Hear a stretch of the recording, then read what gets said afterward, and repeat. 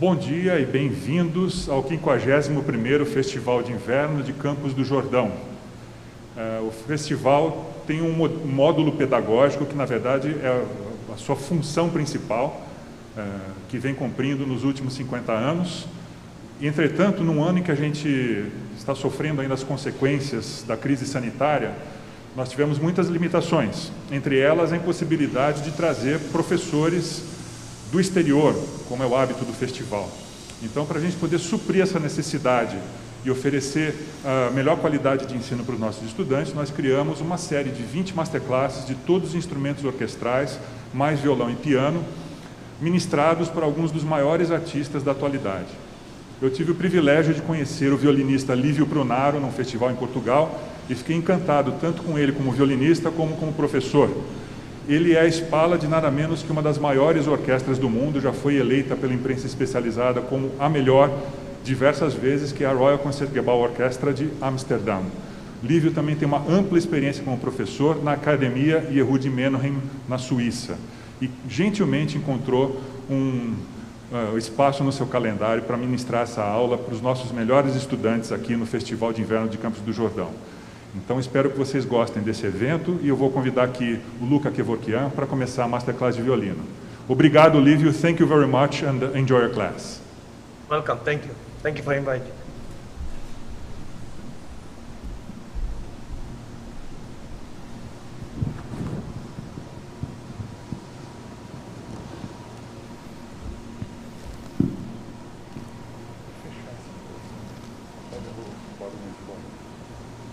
Do you hear me, Luca?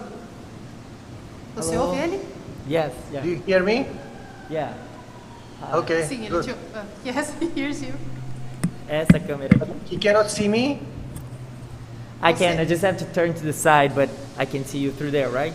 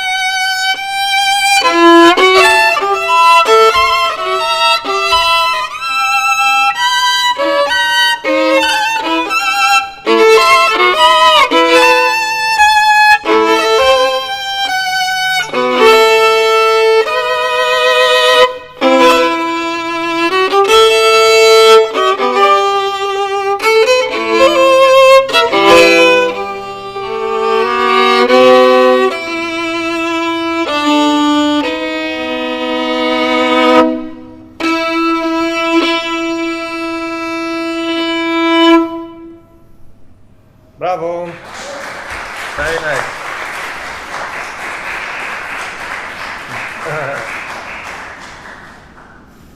Bravo, Luca. That's very, very nice. It's very well performed. Very nice. Nice ideas. Good technical level. But there are some little things, you know, that could deserve some attention.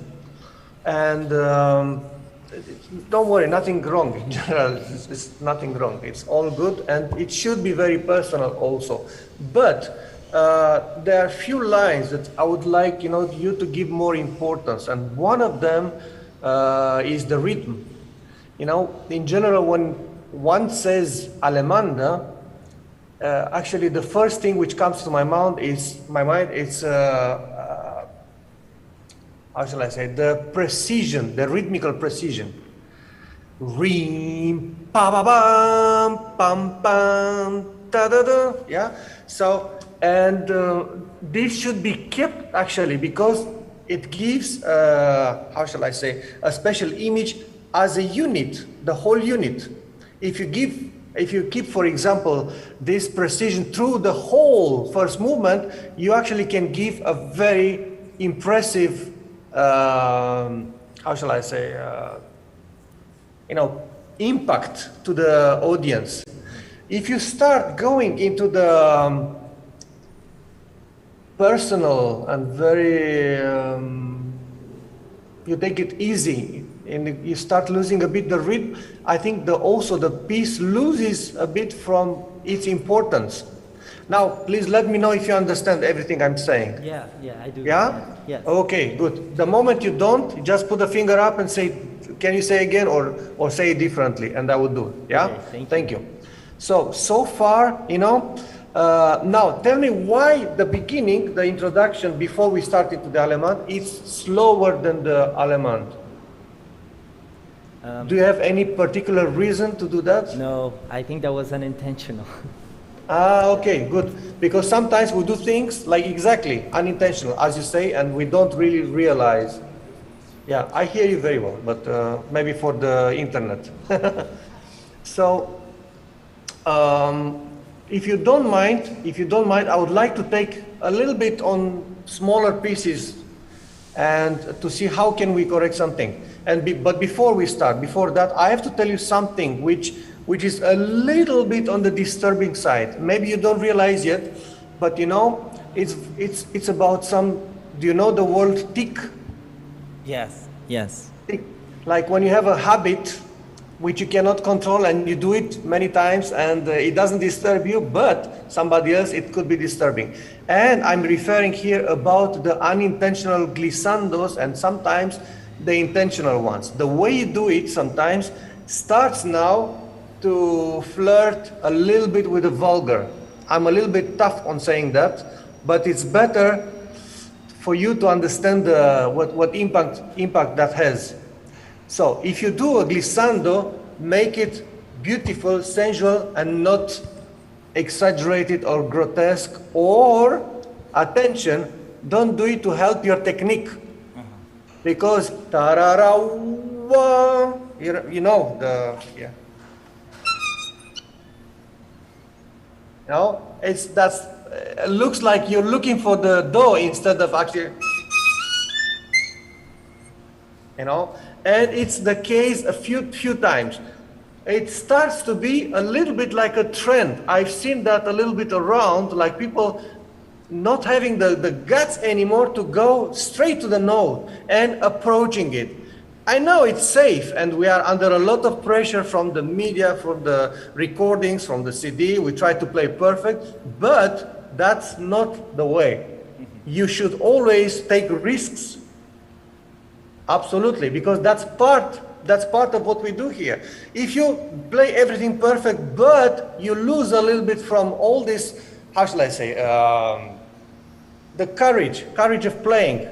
And then you approach once, approach twice. In fact, you approach about 6 or 7 times, which is too much for one movement.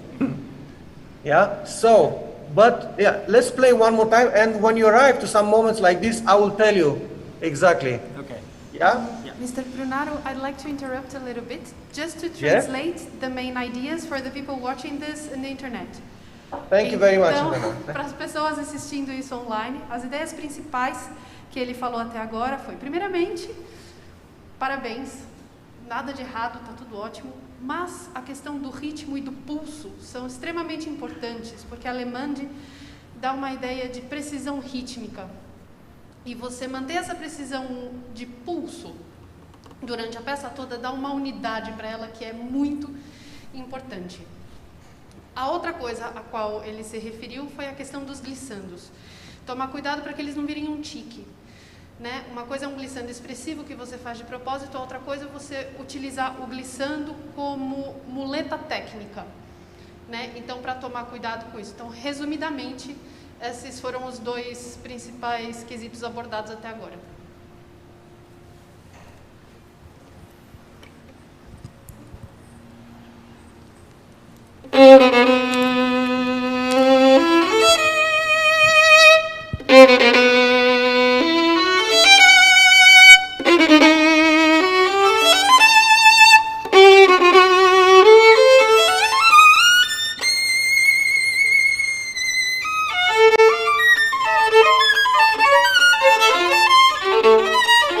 Okay.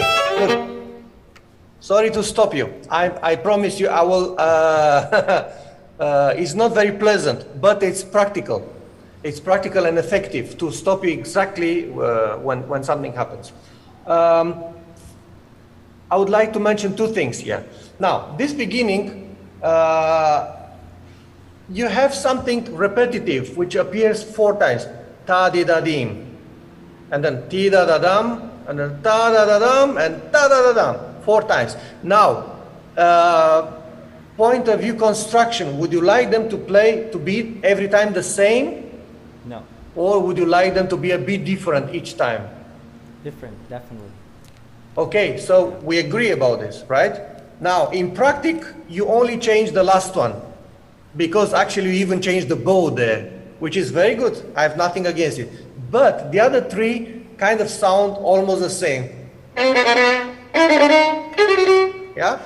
I would like you to take a moment and realize that each time you play this, something new happens. Like we get not only a higher tone, but also more energy. So the first one, kind of okay, normal. Second.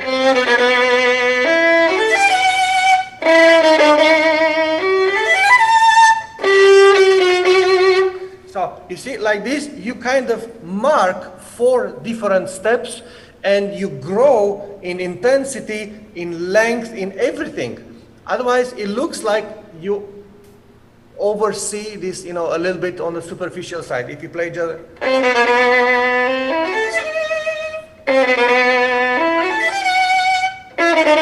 And you see, not much happens. Yeah. So I would propose that you start using the same amount on the beginning, then you enlarge for the second, then even bigger, and almost the last one.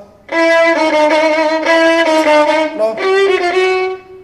Each time you go higher, a bit more bow, and even take a little bit of time. Okay. Yeah, let's try this to see how it goes. Let me translate that for the internet. Yes. Então, nesse começo tem um motivo rítmico que aparece 4 vezes. Só que cada uma das vezes que esse motivo aparece, ele é um pouco diferente, ele é um pouco mais agudo e a continuação dele é diferente. Então, demonstrar essa diferença, construir os degraus e o meio técnico que ele sugere para construir esses degraus musicais é usar cada vez mais ar. E até na última vez tomar um pouco mais de tempo para fazer esse motivo.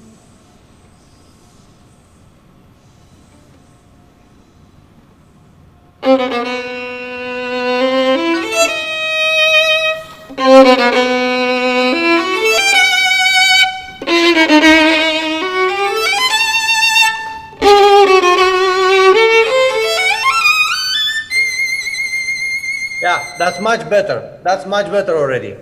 But there is one note in particular, which also comes 4 times, that I would like you to pay attention. So,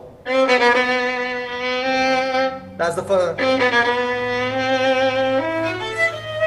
The second one.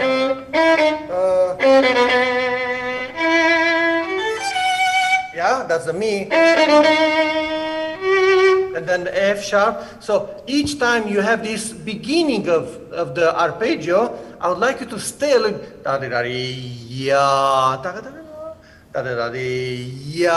To show that something is happening and you kind of modulate every time to a different part. Otherwise, sound it's like you really don't realize what's happening. And I would like you and the public to be really aware of that and to take it on board. Então, depois de cada desses motivos rítmicos, tem uma nota que segue, que vai dar início aos arpejos. Essa nota merece ser mostrada e merece importância porque ela também faz parte da progressão.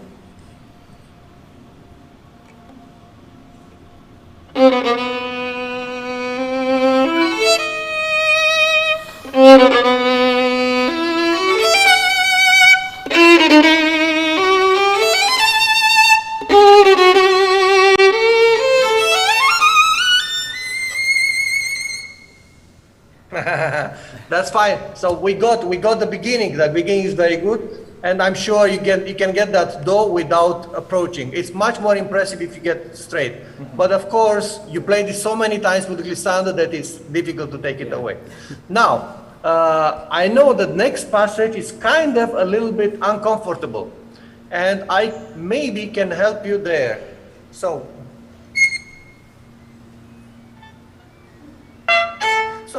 your attention should go immediately to the D string.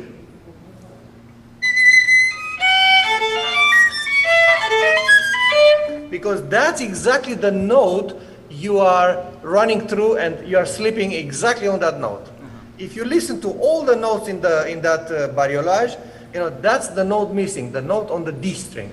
So play that one slowly, paying attention on the D string, to the D Na string. passagem que segue, que é um pouco traiçoeira, o segredo é voltar a atenção imediatamente para a corda Ré, que é justamente na corda Ré que está a nota que às vezes ele passa por cima sem perceber tanto. Not Ré, but D, the D string, Ré. Ré, okay, you said Ré.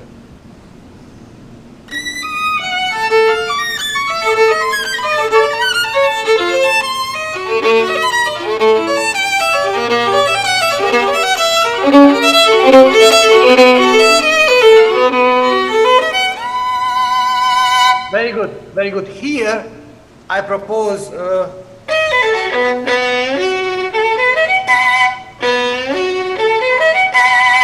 it's more impressive than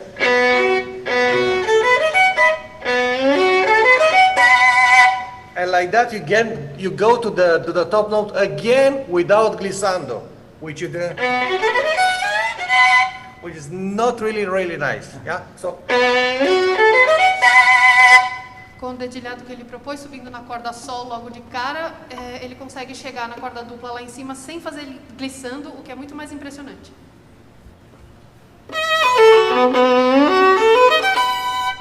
Yeah, and separate the notes.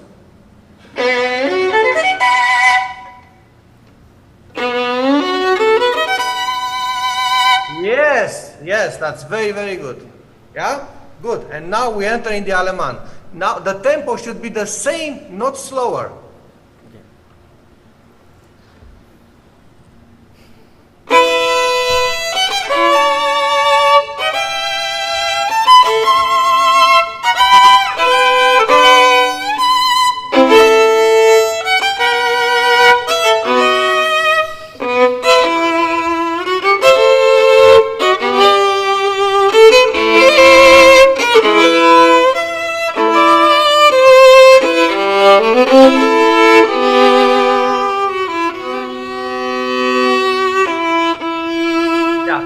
Good, Lucas. Look, let's take a moment on exactly on this one. What I find always important is to make the difference between 64 note and 32. Yeah. Tim pam or tim pa pam, and it's sometimes is not clear, in the sense that the longer one, which is the 32, it sometimes sounds almost the same like the 64. Okay. Yeah, and that's because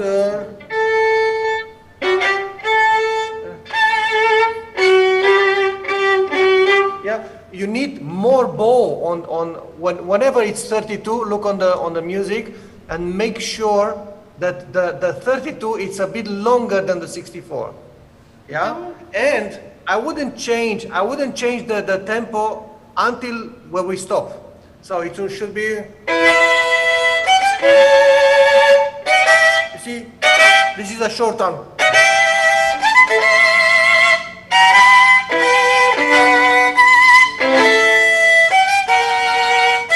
This is a long one.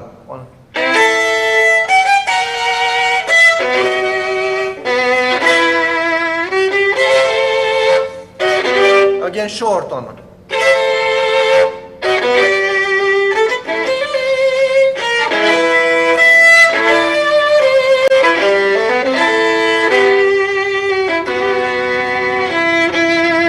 And don't stay, why do you stay so long?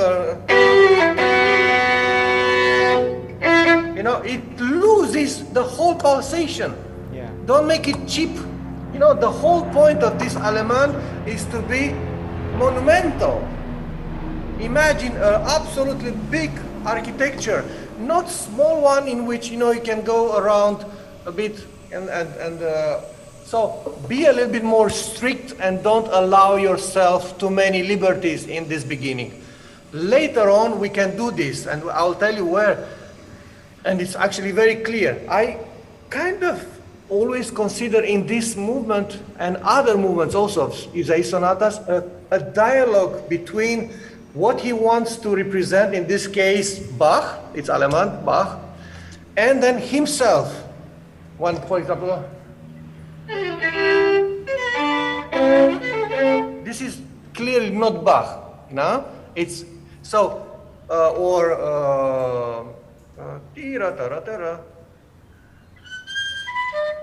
you know what the passage, that's clearly also not too much Bach, but more Ysaÿe. So I would like this difference between Ysaÿe and Bach to be marked by this element, by the rhythm. So when it sounds more like Bach, a bit more rhythmical. When it's a little bit Ysaÿe, we can go a bit faster. We can stay on some notes a bit longer. So it's clearly a little difference. It's nice to bring this dialogue and this double face of the same piece, of the same, and even the same composer. Yeah. Yeah. So let's try to realize this duality. I'd like to translate just yes, a summary of what you said. Então, até agora ele falou o seguinte, que nesse primeiro trecho da Allemand, depois da introdução, é importante manter o tempo. Em seguida, falou que é muito importante fazer a diferenciação entre fusas e semifusas, né? E usar mais arco para as fusas, para fazer bem essa diferenciação, que a tendência é que as fusas fiquem tão curtas quanto as semifusas. E agora, por último, ele está falando que esse movimento é uma homenagem a Bach, e que é possível a gente observar momentos que são muito Bach e momentos que são muito Ysaÿe. E que um jeito muito interessante da gente conseguir fazer, de você conseguir fazer essa diferenciação, é nos momentos que você reconhecer como Bach, ser muito estrito no quesito pulso, para manter a arquitetura da obra toda, e quando for um momento Ysaÿe, aí você faz diferente.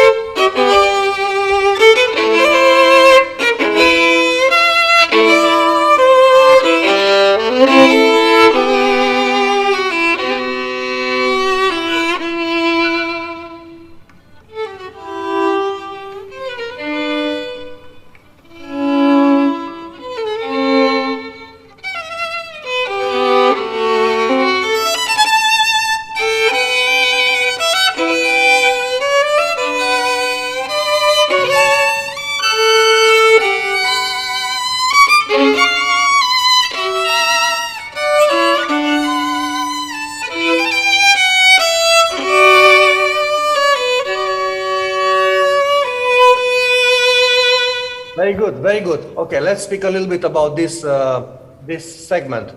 The first one already sounds better to my opinion. It starts to have a structure, although now the inequality comes in the long note.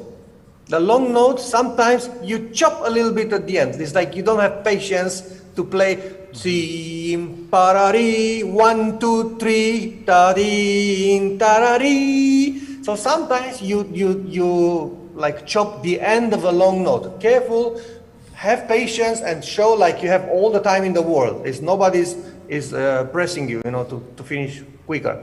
Now the next passage. This sounds a bit more like Ysaÿe, and it's nice to make it a little bit more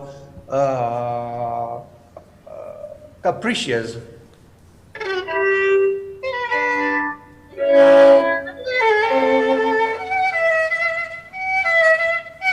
You play very, very fast those every time. I understood 1, 2, 3. It's again like beginning. We have the same segment coming several times. And this is the moment where you can play them again different.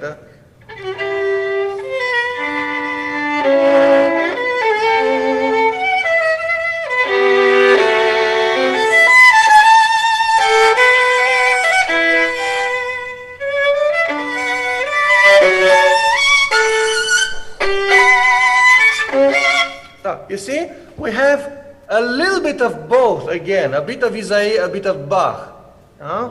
And it's up to you to put them together. See, the first part had a little bit of capriciousness, but then slowly and almost invisible, we go back to Bach again, where we need again this rigorous structure of the rhythm.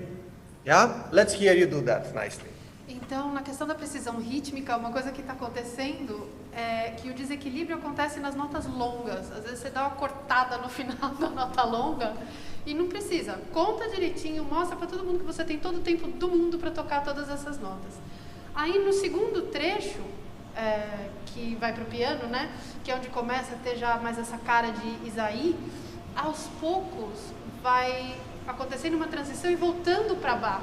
Uma coisa quase invisível, de repente você está em Bach de novo, e de novo precisa da precisão rítmica, da precisão de pulso.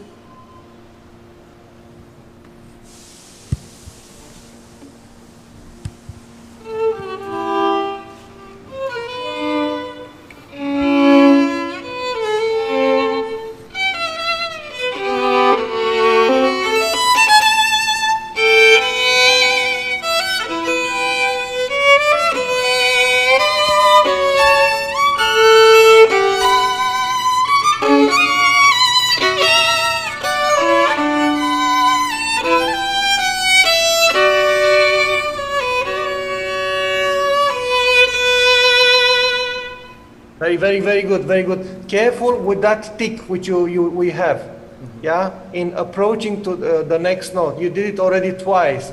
I don't think you really need to do that, and it's not that you cannot. Of course you can change. The problem is that you don't realize that you're doing almost, and that's why it's always sometimes good to hear an opinion coming from the outside, because we get used to, even with the intonation, sometimes it gets for a while a little bit approximative, and then you get used to it. So it's nice and refreshing to hear sometimes what we're doing.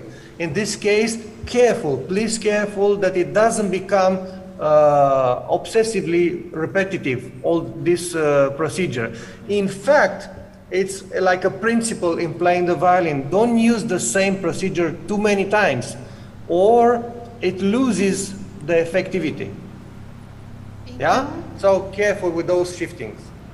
Ele falou para tomar cuidado com o tique de chegar nas notas através de glissando. Muitas vezes a gente acaba fazendo uma coisa tantas vezes que acaba se acostumando e não percebe quem está fazendo. Então por isso que é bom ter um olhar de fora para avisar que a gente está usando o mesmo recurso vezes demais, né? E como um princípio para tocar um instrumento, não use o mesmo recurso vezes demais, porque senão ele perde a eficiência, perde o efeito.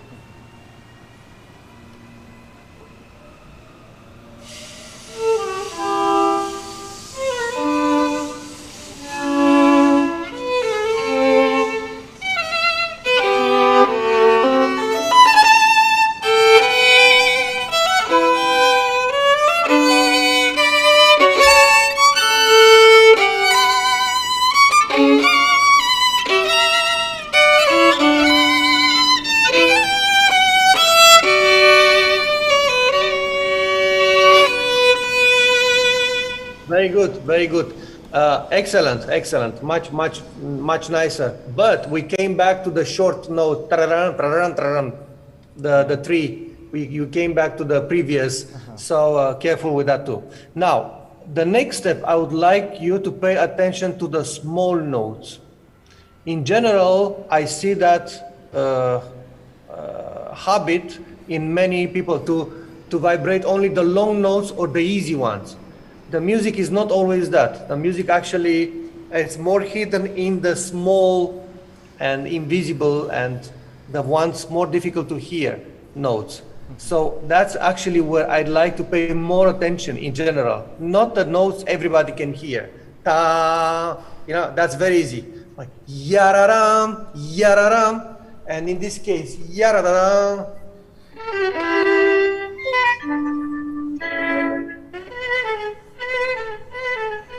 You know, sometimes it's so quick that it's really no time to, and it's always so nice when you can hear a little note vibrato even in the fast passage. So try to use that. That should be a nice technique for you, to start vibrating more the small notes rather than the big ones. Então ele agora se referiu às notas curtas, né, para você tomar cuidado de não fazer as curtas demais. E também falou sobre a questão do vibrato e da musicalidade, que é para não aplicar só nas notas longas. Muitas vezes o segredo da musicalidade da passagem está escondido entre as notas curtas. Então, coloca vibrato mesmo no meio de uma passagem de notas rápidas.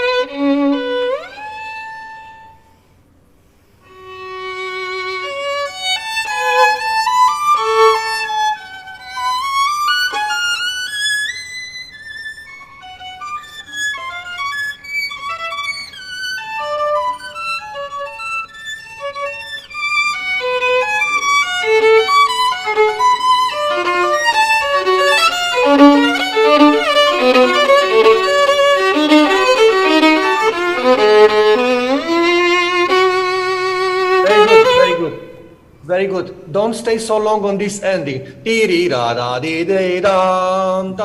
Because it's not even double, it's like triple slow. Yeah.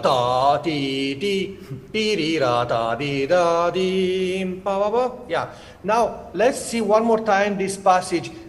Why did I talk before about the slow notes? Exactly because this passage was coming in, and it's a very hard one for the double stops with the high notes, and it's already difficult to play in tune, let alone to even put a vibrato. But it will be so much more impressive if you can, in the middle of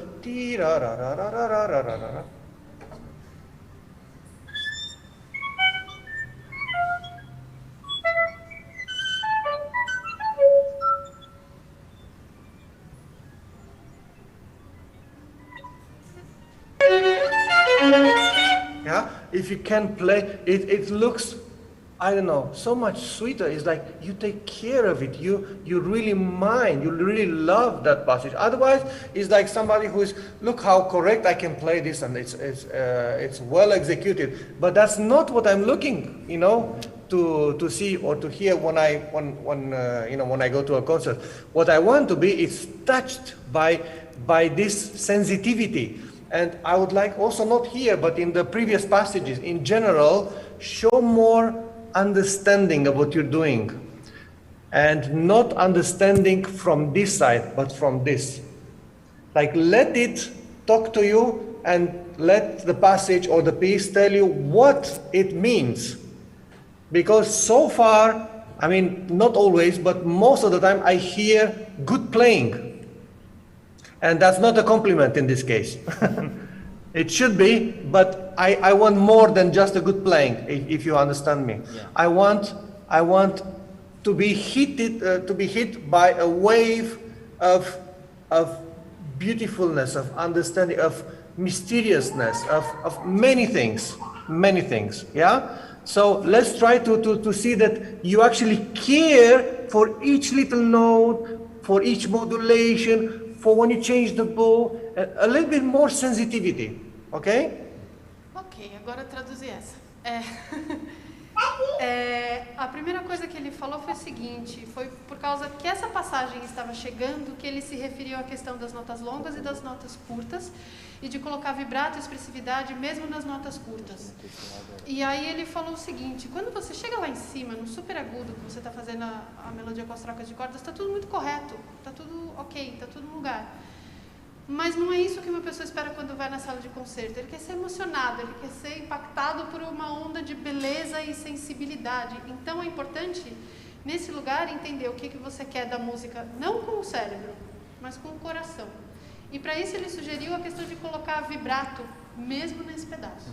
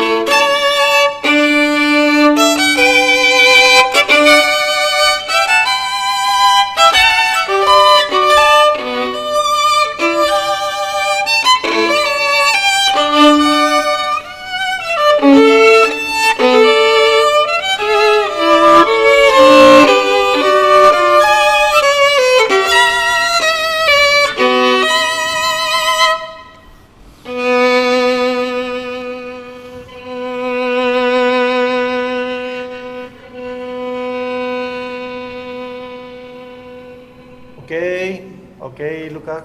Sorry. Thank you so much. Minutes. Thank you. Sorry. Yeah. Just the last information. Look, it was so much better. I wanted to stop you already after that passage and to say, bravo. That was really wonderful and totally different. And you should explore more that side. I feel like you impose such discipline on yourself and you actually succeed in being very precise and very disciplined, and actually it's a lot of pleasure in hearing that. But when I hear you become sensitive and intimate and vulnerable, that's absolutely the top, and it takes over any other precision and discipline. So you really put them together and you'll do so much better. But speaking about the discipline, those long notes are still not there, you know that? Yeah. Re, pa ba bam, pa ba, it's tam, pa ba. Immediately you go into it, and it's after the third time happening, it's a little bit unnerving, this one. Yeah. So you walk me into different states. I'm absolutely impressed, and then I say, wow, no, why does it do that? and then wow, look how precise and how nice it is and so in tune. And then you shorten a few notes, and then you play the last one 3 times longer and say, no. So, you know, in general, always have a little eye on the script, in this case on the music. It's good to go away and to forget about it, but from time to time you go a little bit too far and you forget actually the basics. So sometimes it's nice to go and do like a recapitulation. Let's go a few chapters before and see how it was in the beginning. In the beginning it was much simpler and it became complicated. So do not lose this simplicity of the tempo, because in itself it can be so impressive. I'm very impressed of somebody who can really keep it there.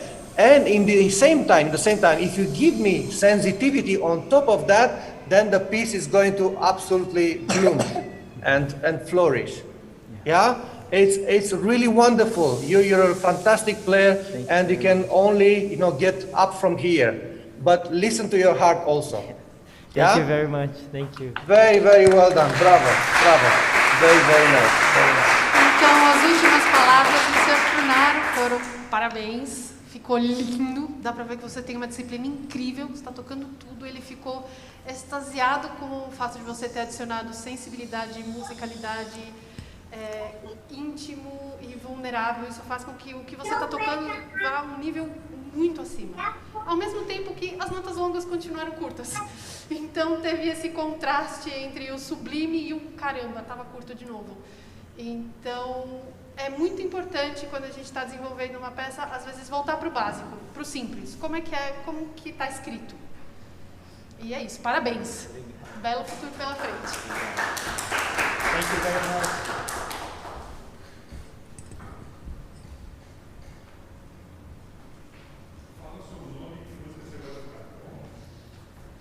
It's still strange with all this distance. Hi, Mr. Prunaru. Hello. Hello. My name is Chehide Lucas. I'm gonna play Sibelius Violin Concerto, the first movement. Yeah, I heard the recording. Sounds very, very nice. Oh. Sounds really beautiful. Thank you very I'm much. looking forward to hearing you live. Okay, thank you very much.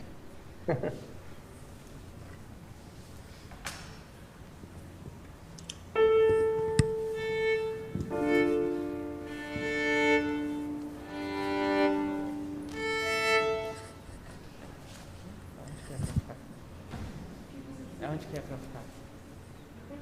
Ah, sim? No, now I don't see you. Yeah, there. Okay.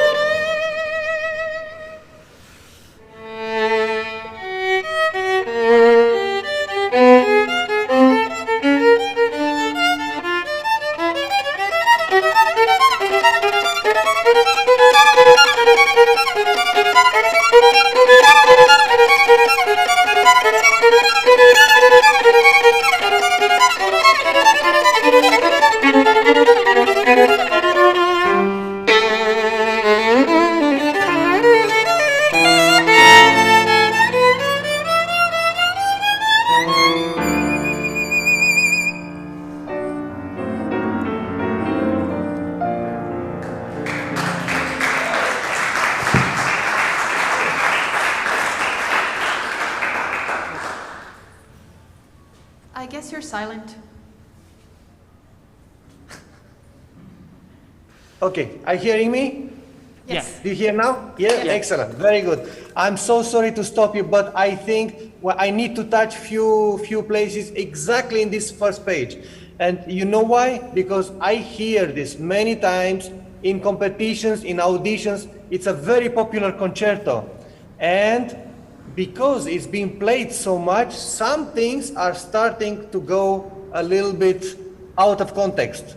Because we almost start to play by ear and not from the music anymore.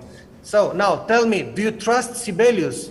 Yes, of course. You trust Sibelius. So you think he was a good composer, right? Of course, yes. Yeah? So he actually knew what he wrote there.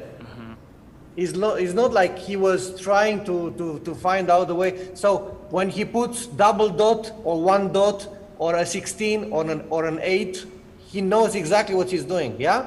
So that means when we play it, we have to pay extra attention to this. Okay. Yeah? Now, I'm going to point a few places in which we make mistakes. The first one is this one. Yeah. But you play it. And it's not like this. Okay. It's ta ta ta da ta ta 1 2 3 1 tom ta ba da tam tam ta ba ba. You play tam tam ta ga dam pam. Yeah. So this is one. Now these two notes, they come in 4 different groups. This is one of them, the one in the triplet. Yeah. Then there is normal 8 notes.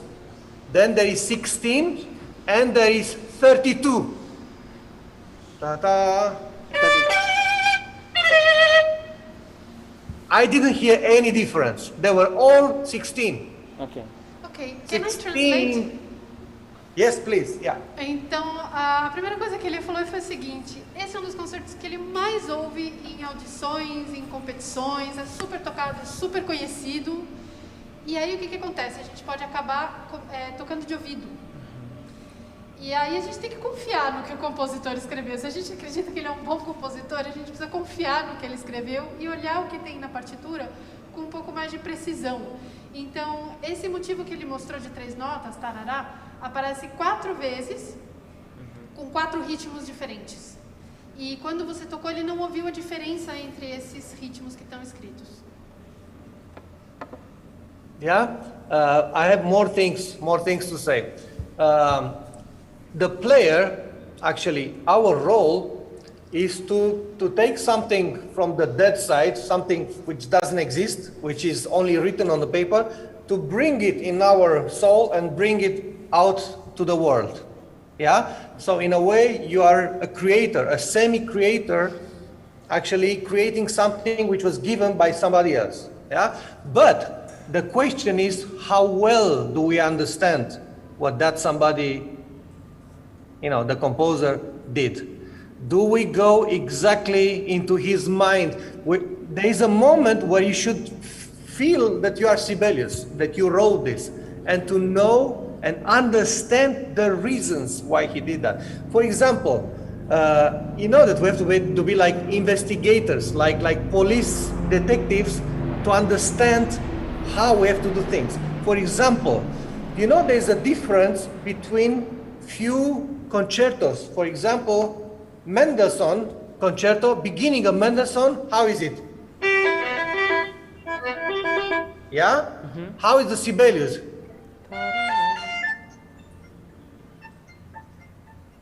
Yeah?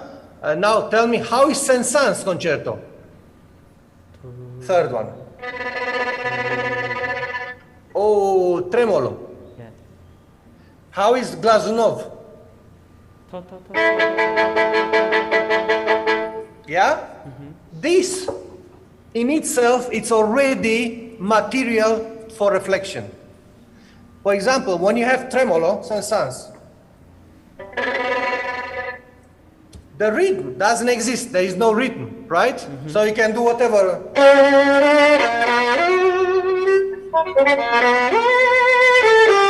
Yeah? But can we do the same thing in Mendelssohn? No, because it's counted.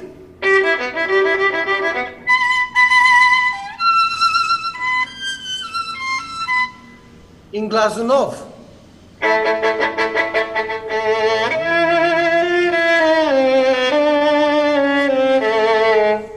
In Sibelius.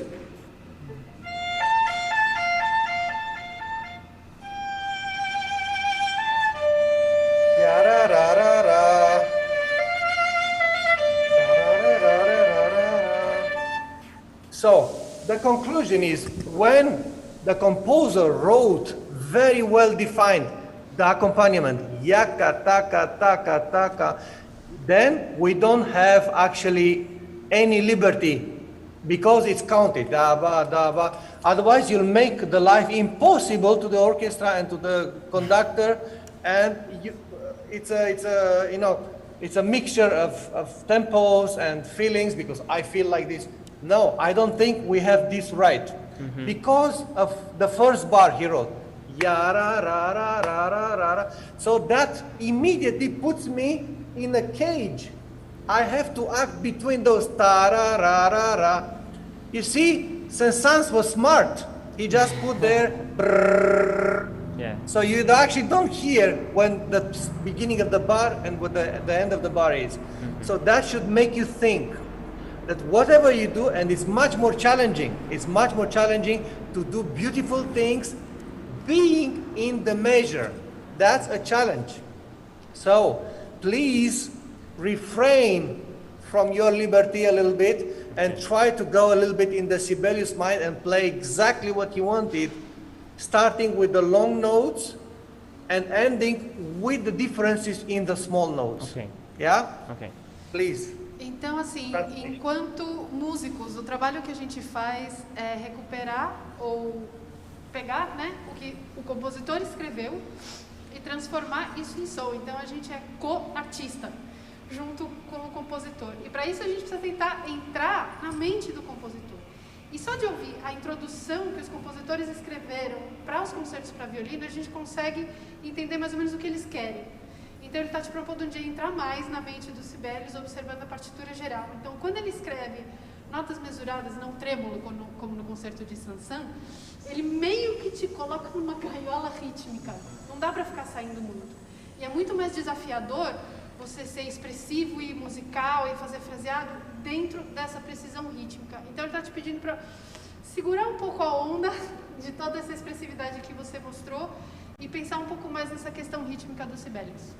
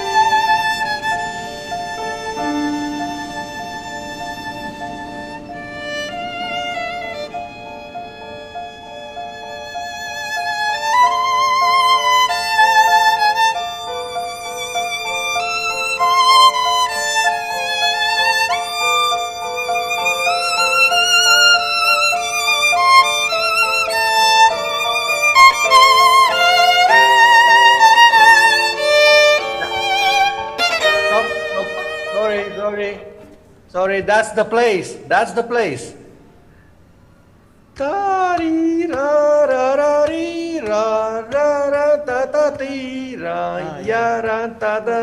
It's much slower than with what you do. You do much too fast. Okay, you think. From that one.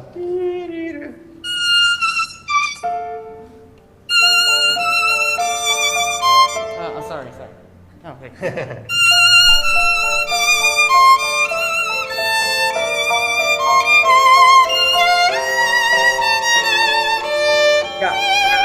The long note, sorry. The long note is too long.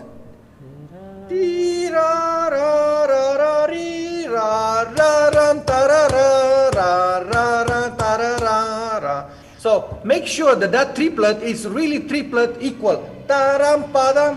You play tam pa bam. So the long note is too long, and then you are forced to do the two notes too fast. Now I have police here.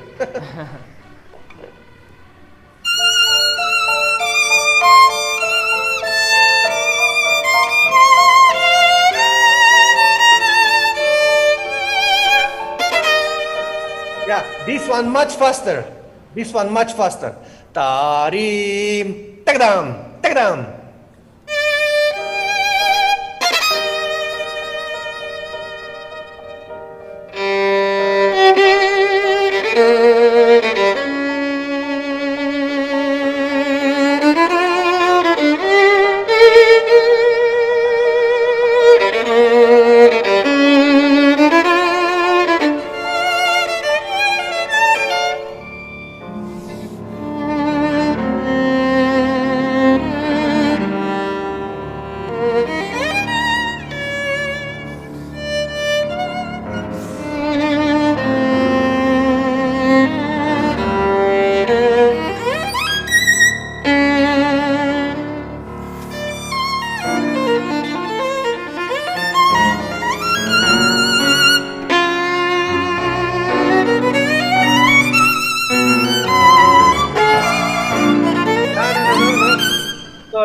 Sorry. That's another technical place.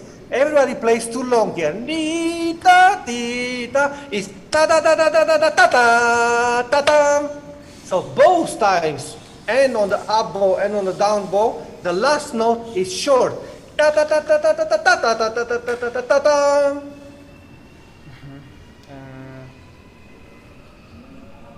Yeah, I'm insisting on the rhythmical side because it got too deformed, this concerto. It's like nobody is really looking in the music to see what is actually written there. And everybody has like the license to, the liberty to totally change. I find that a little bit, myself disrespectful, and I don't allow myself to do it. Okay. So, because I trust that, what he wanted to write, he put it there. Okay. If I don't trust him, then I say, okay, he was a terrible composer, let's totally change his concerto.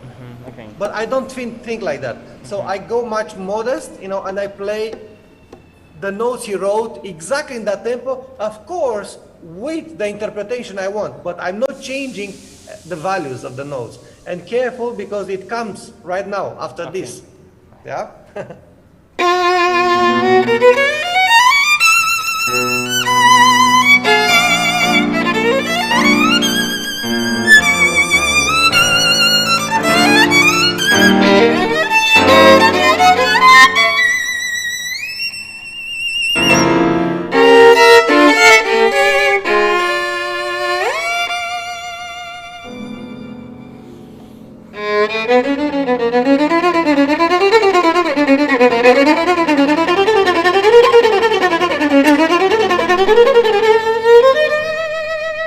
Okay, good. Let's speak technically about this one. This is a funny passage, and it's kind of problematic. I see that you do the fingering 2-1-2-1. This sometimes can slow you down. Okay. Yeah, maybe consider the 4. Each 4, just play 4-3-2-1, 4-3-2-1, 4-3-2-1.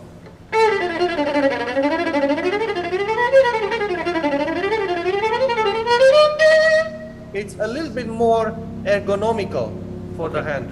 You know, it's not maybe exactly the scales we learned, but it's more effective. Okay. So open your mind and say, yeah, maybe the other one is easier, your fingering is easier, but it's not effective. It doesn't sound as it should. You know why? Because it's not well synchronized. So I hear shifting between.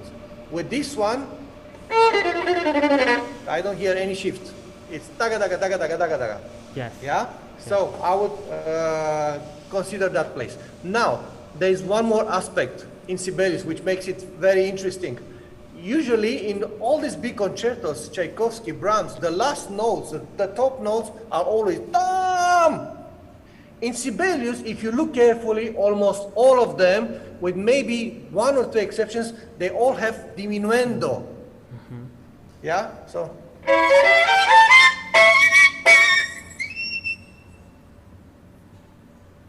This is diminuendo, and hardly anybody does that. Yeah? Yeah. Also, before, I wouldn't go so fast. Tra, da, da, da, da, da, da. Okay.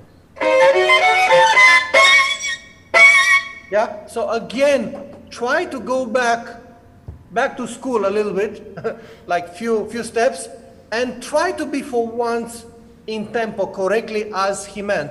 It's actually more difficult. Everybody transformed this according to the technique, not so much according to the music. Everybody plays ta ra ta ba ta ba ta ba ta ba ta ba. Is not cadenza is not there. Cadenza comes right after that, right? So let's not change it too much. Okay. You know. Can I translate it? Yes, So please. much information already. Então, a primeira coisa que ele sugeriu foi uma mudança de dedilhado. Né? Então ele viu que você está fazendo 2-1, 2-1, 2-1, 1-2-1, 2-1, 2, que é o dedilhado que mais parece com o que a gente estuda em escalas. Mas ele está sugerindo descer com o quarto dedo nos tempos fortes. E ele está fazendo essa sugestão, apesar de não ser o que geralmente se estuda, porque ele está ouvindo sujeirinha de som nas mudanças de posição. A segunda coisa que ele falou foi em relação às notas de chegada, as notas de chegada no agudo, que são longas. Geralmente nos outros concertos são notas que você chega, cresce e termina. No Sibelius, pouquíssimas das notas longas agudas de chegada são desse tipo. A maioria você chega e diminui. Então, para prestar atenção nisso, prestar bastante atenção no que está escrito na partitura. Em seguida, ele falou da subida de acordes. Para fazer tempo, né, que as pessoas costumam correr aí por uma questão de facilidade técnica. E é mais difícil tocar a tempo. E ele falou assim, ainda não chegou na cadência. A cadência é depois disso. Então, aí ainda para tocar em tempo. Né? Às vezes a gente tem que voltar um pouco e ir para coisa um pouco mais escolástica, mais atenta ao que o compositor escreveu, para poder fazer uma execução um pouco mais livre dos vícios de audição que ele citou no começo da Masterclass. Dois antes disso, tá? Yeah, the passage one more time.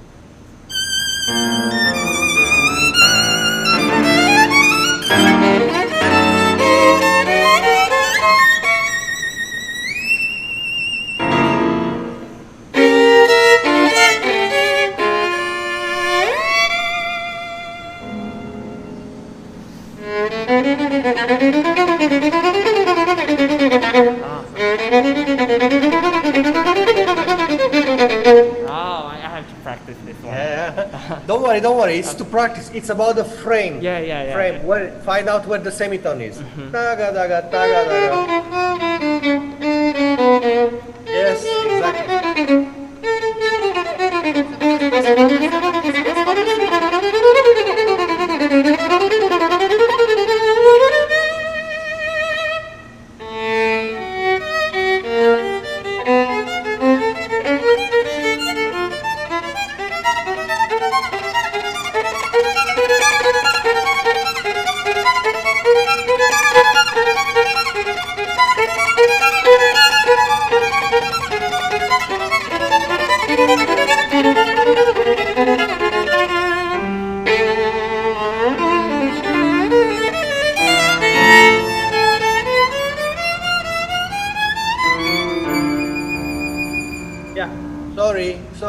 again, Sibelius wrote something different here. Yeah. First of all, in the cadenza, I hear too many double stops.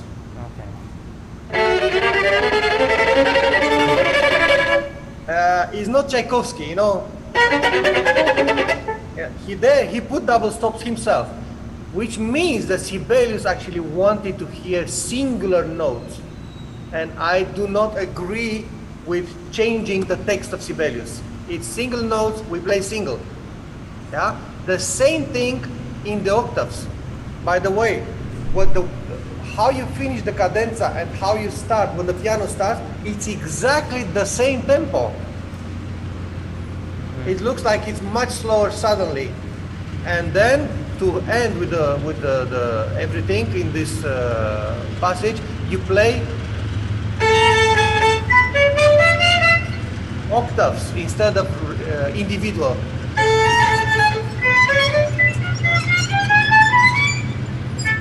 Yeah.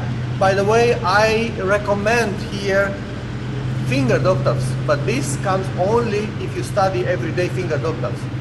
Because, I don't know, I put so you can see my hand, yeah. It's clearer.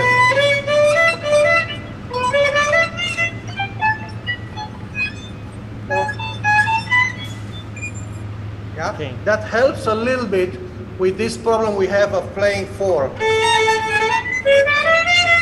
You know, playing 1/4 all the time kind of pushes you to do octaves. Yeah? I want to hear rakataka, no tra tra tra tra tra tra tra tra. So it's a difference between the simple notes and the double notes, and I want very clear to hear.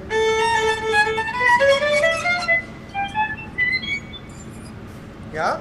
So one recommendation for the cadenza: try to practice it upside down. So. From here.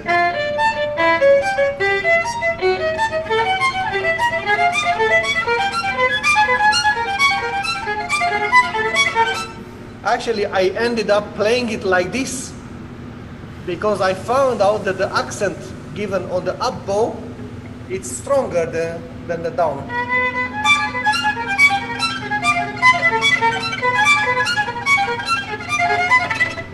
Sorry, I'm on the chair. And it's clear, yakataka. As you hear, there I play individual notes and not double stops. Yes. It's like one of my teachers, the famous Yehudi Menuhin, was having a phrase. He was always saying, do not indulge yourself. Don't indulge, like don't take the easy way. It's very easy to play.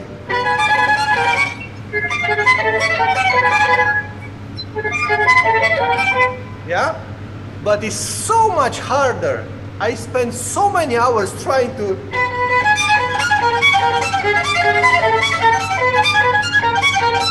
Yeah, but this is what Sibelius wanted. You think again that he was such a bad composer that he couldn't write double stops? He could very easily write.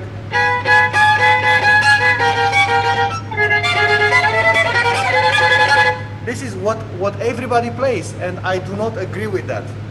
I'm the type of more respectful for the composer, for the time.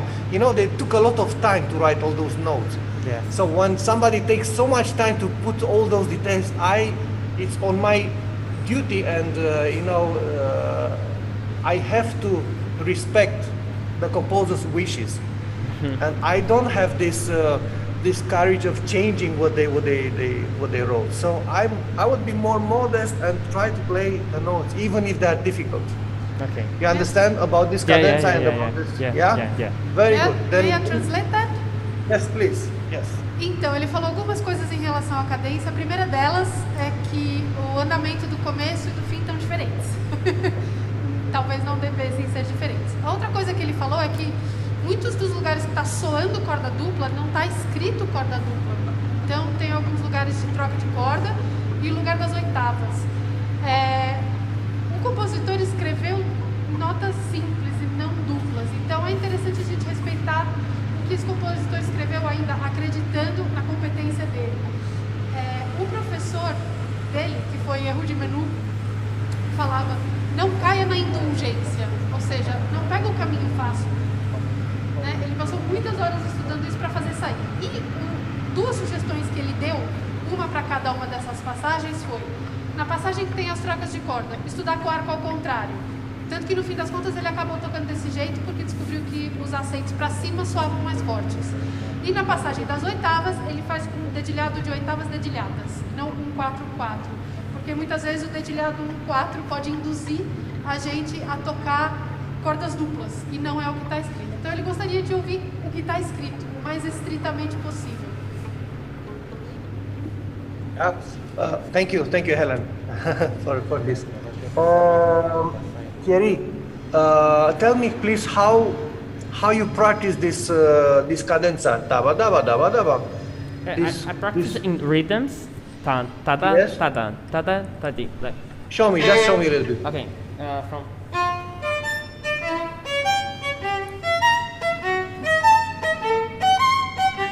Yeah, that's very good. That's very good. That's excellent. And then upside down also. Yeah. Now, yeah. Please introduce in your practicing two more ways of playing. Upside down, start up bow. Yeah. And then the last one, which is actually the most effective, I found out, put accents on different places. Put accents, you have 4 notes, yeah? Study with accent on the first note, but also study with accent on the second note. And on the third note, Okay. yeah?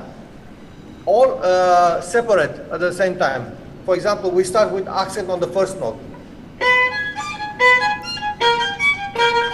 Yeah, this is more normal, yeah? But what is abnormal is accent on the second note.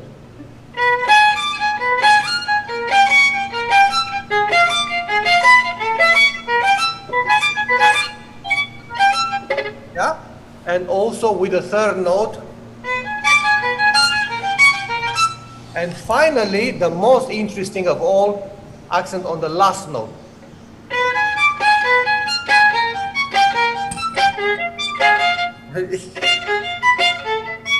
Yeah, it's very, very disturbing for the head, but it will help you. So actually the two which are abnormal, accent on the second note and on the fourth note, will help you a great deal.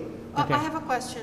Do you Yes. do that practice with accent in different notes with both bowings?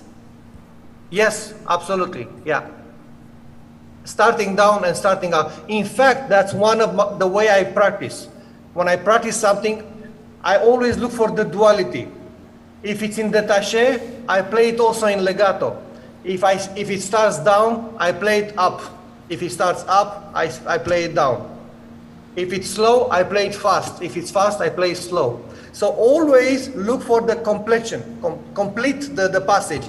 Sometimes we practice only in one way. Okay, may I But translate always- that? Because that's very Yes, please. specific and very interesting. Então ele está Yeah. sugerindo formas de estudar. Então nesse lugar onde tem as trocas de corda, ele sugeriu estudar com arco ao contrário e estudar fazendo desse jeito que você fez, com acentos em diferentes notas. Então a cada grupo de 4 notas, você vai estudar primeiro com o acento na primeira de cada uma dessas notas. Depois com acento na segunda, depois na terceira e depois na quarta nota. É muito difícil estudar com acentos tanto na segunda quanto na quarta. E esse estudo com acentos ele faz com os dois tipos de arcada, começando tanto para baixo quanto para cima. E aí ele completou dizendo que ele sempre estuda as dualidades todas. Então, se uma coisa é em détaché, ele estuda ligado. Se é ligado, ele estuda em détaché. Se uma coisa é rápida, ele estuda devagar. Se uma coisa é devagar, ele estuda rápido e assim por diante. If it's piano, study forte. If it's with vibrato, study also without vibrato, but mostly the other way. Put vibrato even if it's really hard. So, in fact, you have to be a little bit of masochist and look for the pain.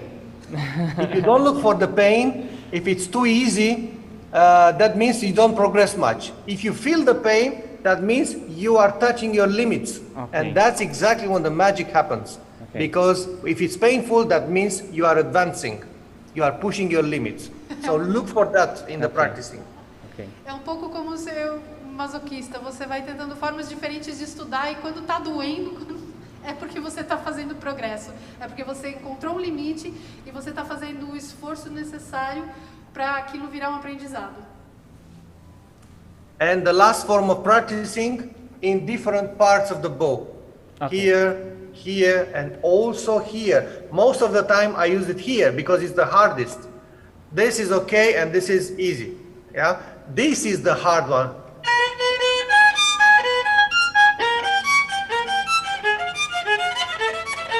Yeah, this is the hard one. So use always the hard ways of practice. Okay. Okay, now let's hear after the cadenza. Okay.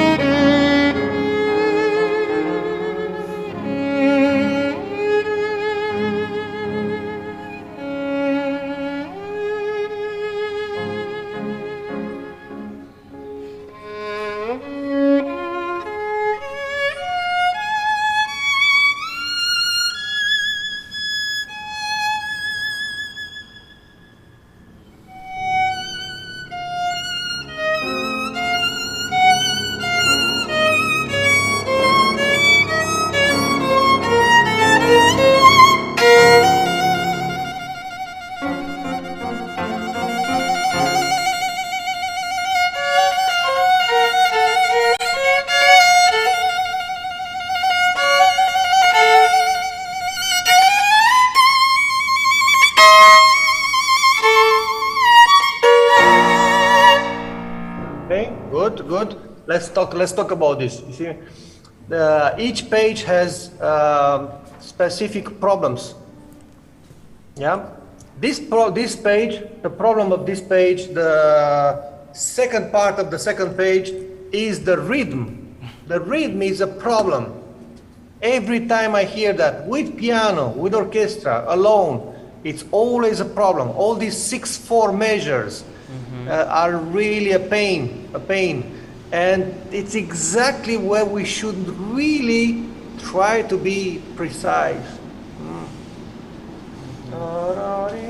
It's already difficult, so to simplify, I would count in 2, because the 2 has also, you can do 1, 2, 3, 1, 2, 3, or 1, 2, 1, 2. So actually you count in 2, you can include both types of measures, the 4/4 and the 6/4. Yeah. So in this case.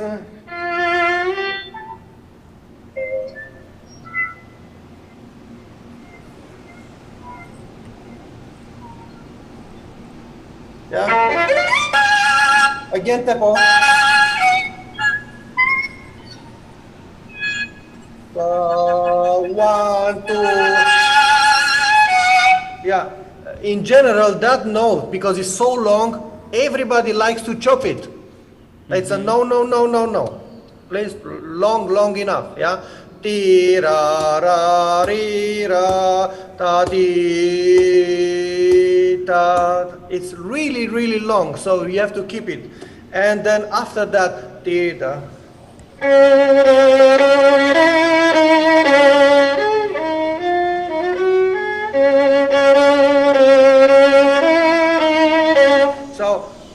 try to become really an artist on these triplets. The triplets are the most difficult rhythmical thing which I know.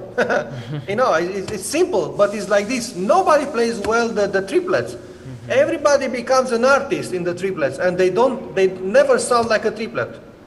Yeah, ti ta ta ti ta ta ti. So it's whatever. I really like simple things, and again, go back to the rhythmical base, the structure, how Sibelius wrote it.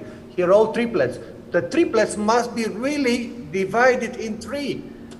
Yeah, I know it's very confusing, and you luckily have a wonderful pianist, which I would actually like to salute and applaud, because it does a fantastic job, and nobody even sees it.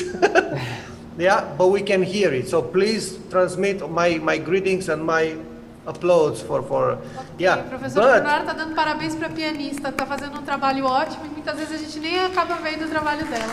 É a Cecília Moita. Exactly, but an orchestra would not do that. With an orchestra, you'll have a problem, and everybody will be unhappy. They'll be unhappy, you'll be unhappy, and nobody, you know, at the end is really doing what they should. So my suggestion, again, it's very simple. Play as rhythmical as possible. Okay. That never should stop you from playing beautifully. By the way, I should have started with this. You have a beautiful tone and a very, very nice sound, and it's very pleasant to listen to it, and very nice intonation and vibrato. However, sometimes in the double stops, especially here, you went a little bit, you know, the octaves, so very careful with that one. Now, I would also like to vary the vibrato sometimes. It is a little bit on the slow side. Listen a little bit with some recordings with high frets. You know, whenever I put high frets, I feel like electric.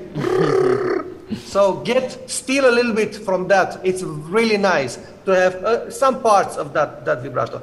Now, the passage with the trill, I advise you to do continuous trill. Again, that's my hand here. Now.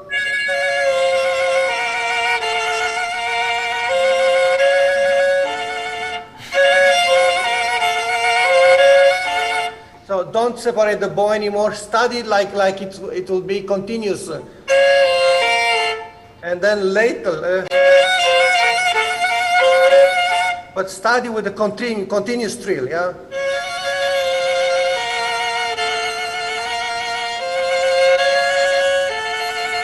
Yeah, that's very, very important too.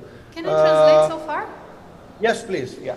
Então, a primeira coisa que ele falou foi de novo sobre o ritmo. Na segunda metade da segunda página tem a passagem em 6/4.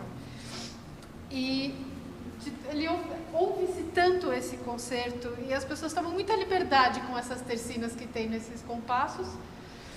E ele falou, é só tercina, mas o pessoal vira anarquista quando chega nas tercinas e cada um faz o que quer. E não é bem assim. Precisa realmente ser muito preciso com essas tercinas, com esses compassos em 6/4. Depois eu não lembro o que ele falou. Sim, ele te elogiou muito. Gostou muito do seu timbre, da sua afinação, do seu vibrato, da sua expressividade.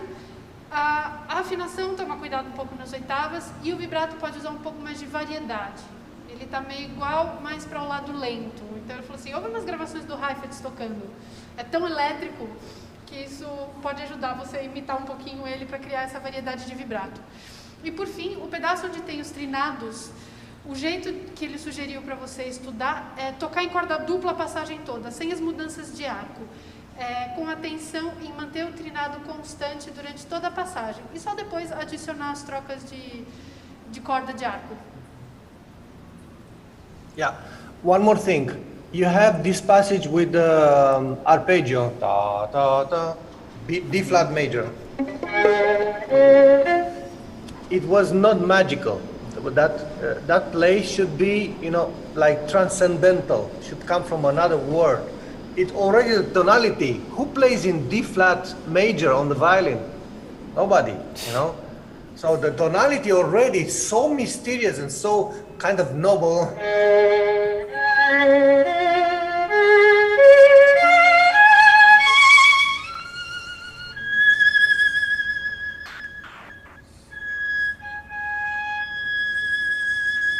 So it should be so magical, this place. It was a little bit with the feet on the earth too much. Okay. Yeah, you were too materialistical there. Dream, please. Feel the moments where you can let yourself dream. And for once, we don't have to count too much. This is very free. Okay.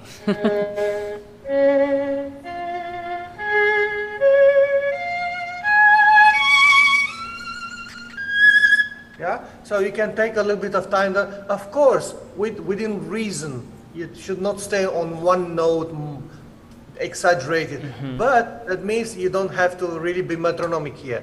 It's already, you know, the piano puts, or the orchestra lays down the tonality and then lets you evolve on that one. And then you do your arpeggios, and then once you are on the top there, I should also be on top of the Mount Olympus with the gods and be on the different world, yeah? And which means the sound should be so pure and so touching. And I'm sure you want to do that too, but first you're thinking of the intonation and the precision, and that takes away a little bit from the magic. Yeah, because I can read a little bit how you think. You can do that very beautiful. However, you are still afraid that you will not be in tune, and you press a little bit more just to be sure. No, try to really be risky and go at the edge of almost no sound.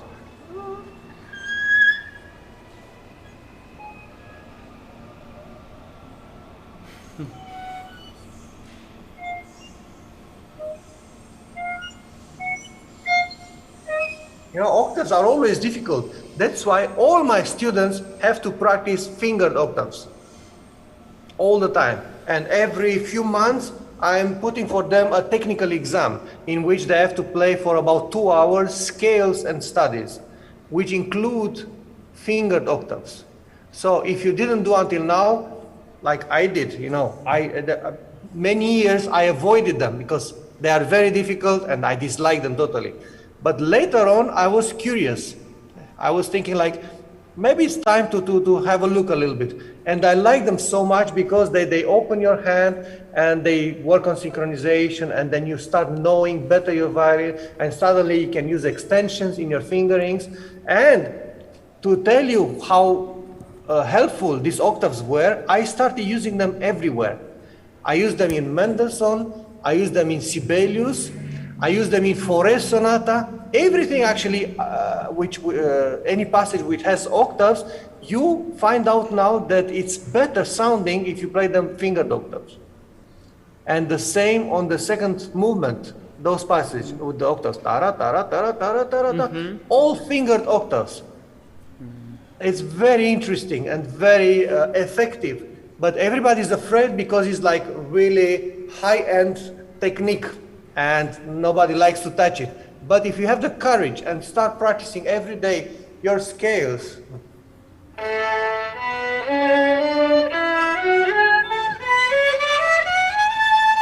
yeah, then you realize that they're not that difficult, and they can help a lot in many passages, including Sibelius. Okay. Hey, Yeah? I'm sorry. I'm afraid his time is over. Oh. The time is gone. Okay. It's always Mr. the problem. Thank you very much. Thank you very much. It was a big pleasure. Thierry, bravo, congratulations. Thank you very much. Fantastic, beautiful play. Good luck. Pra mim também tem que arriscar. Quando é que coloca um arpejo de ré bemol maior para o violino fazer, né? Quase nunca. Então aproveitar essa oportunidade, que também é uma oportunidade de não ser ritmicamente tão preciso assim, e arriscar, chegar na beira de quase não fazer som. E depois ele falou da utilidade de estudar oitavas dedilhadas, que ele evitava, mas depois ele ficou curioso, começou a estudar e viu que tem muitas utilidades que ajudam a abrir a mão e que no fim das contas não são tão difíceis assim, que ele faz todos os alunos dele estudarem oitavas dedilhadas.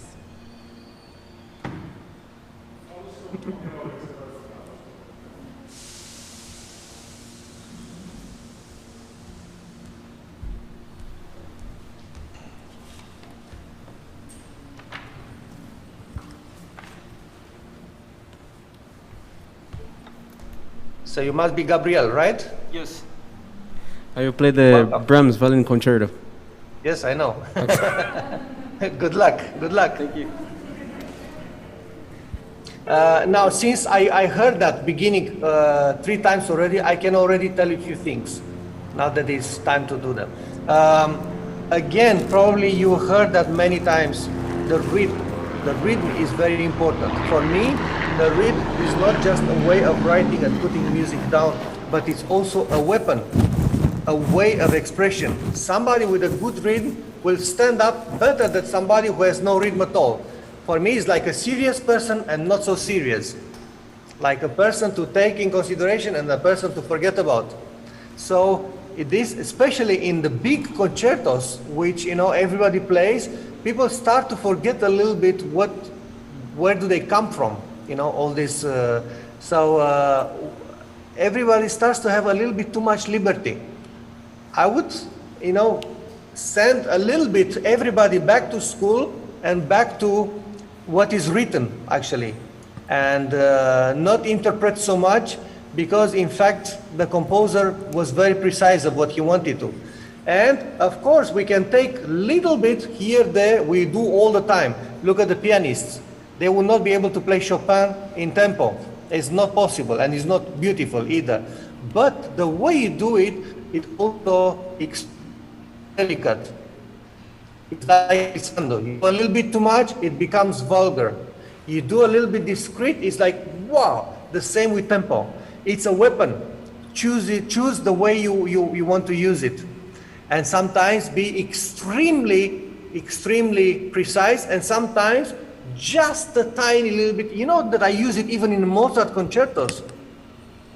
Pam pam tara tara tara tara tam pam pam para tara tam pam param pam pam tara tara tara tara tam pam pam para tara tam pam pira, and it makes a huge difference. So the same in Brahms. If you actually have some stability at the beginning, it will show me that you are not scared of all of these technical difficulties, and that you master them. So the moment I will hear that you start going a little bit to the right or to the left, that shows me a bit of faiblesse in technical side, a bit of weakness there.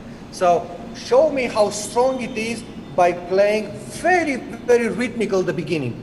I speak about the first few bars. Yeah? Let's hear that. Ele falou sobre a questão do pulso, mais uma vez, né? Quando a gente estava preparando a Masterclass, ele ouviu um pouquinho do começo do Brahms algumas vezes e disse: eu já posso dizer que é bom tomar cuidado com a questão do pulso. Por quê? O tempo é uma arma que a gente usa, é um recurso expressivo que a gente tem. Se a gente usa demais, fica fraco. E se o nosso pulso não está preciso o suficiente, isso mostra uma técnica que não está boa o suficiente. Então, tenha isso, assim, o tempo é um recurso, ele usa até em concertos de Mozart. Mas tenha em mente que é muito importante manter o pulso e ter precisão rítmica. E usar o recurso dessa variação com sabedoria.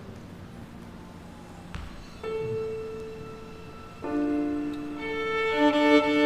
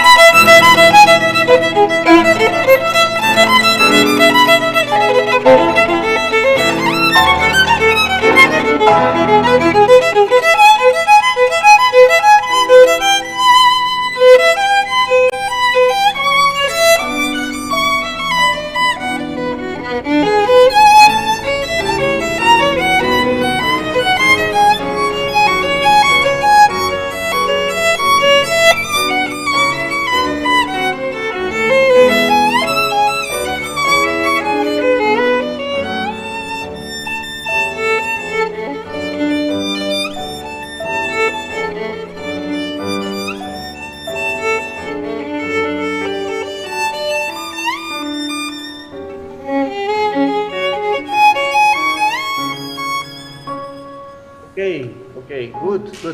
Let's take it. Bravo, very nice.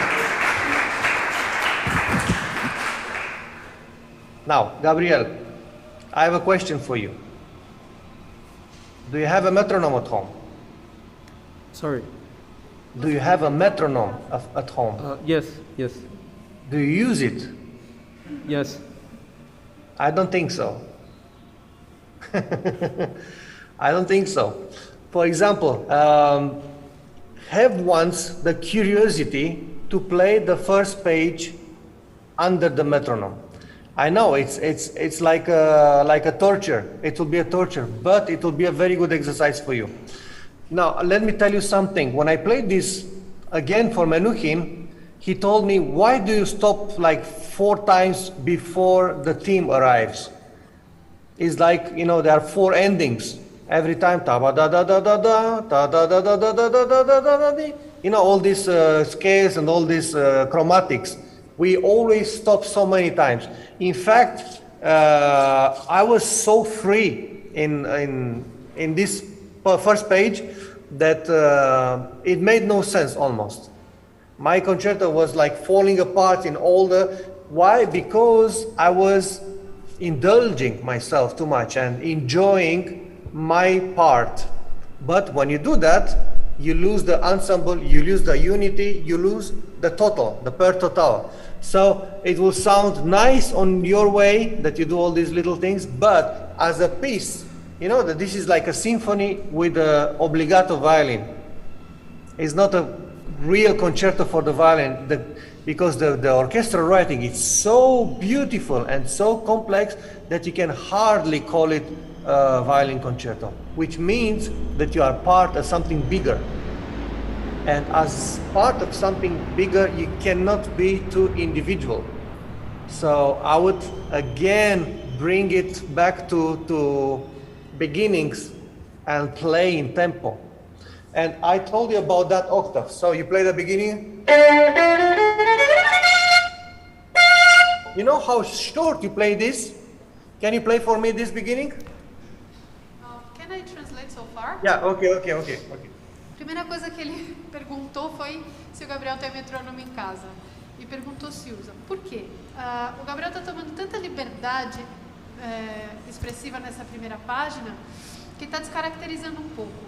Esse concerto é, na verdade, como uma sinfonia que tem, por acaso, uma parte de violino solista, porque a escrita para a orquestra é tão complexa e tão rica e tão cheia de coisa, né, que não dá para a gente se distrair só curtindo a nossa própria parte e esquecer que ela se encaixa dentro de um todo, né? Então, quando ele, o professor Prunaru, foi tocar para o seu respectivo professor Yehudi Menuhin, ele estava tomando tanta liberdade que o Menuhin falou assim: você terminou a frase 4 vezes antes mesmo de chegar no tema, né? Então, ele está falando que ele também entende o que acontece com você e sugeriu de você tocar pelo menos a primeira página inteira com o metrônomo. Vai ser horrível, é uma sensação muito esquisita, mas é um exercício maravilhoso.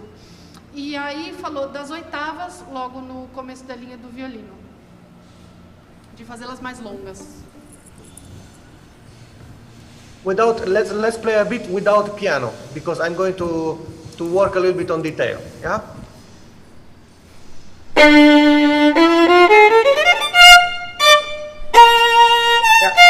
Yeah.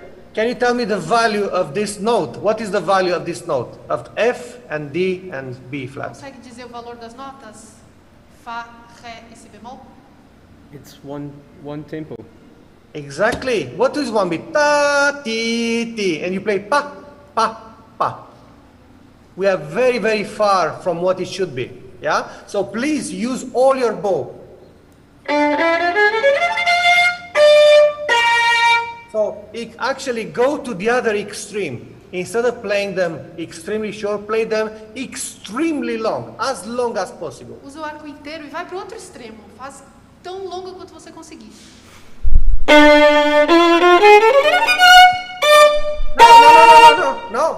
No. I speak about that Fa. Ele tá falando You sobre play? o do Fá.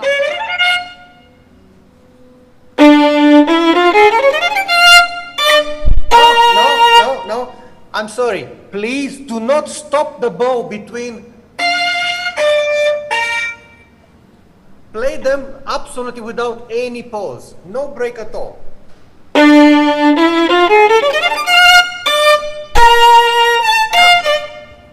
I still hear pause. Can you play like there will be legato? Ti, ti, ti.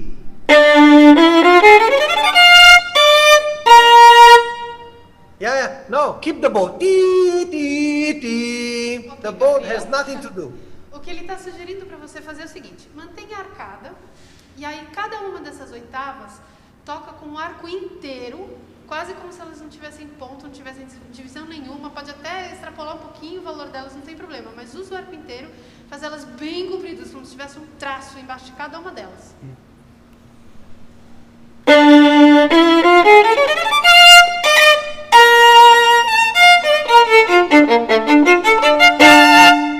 Yeah, it's already much better. You know, when you play like this, it sounds serious to me. I take you seriously. I say, oh, this is a serious player. The first version you give me, that's not serious. I'm sorry to say, but that's very far from how you should appear on stage. That was a little bit like a caricature. Pam, pam. It's not really, first of all, it's not correct, it's not what is written there.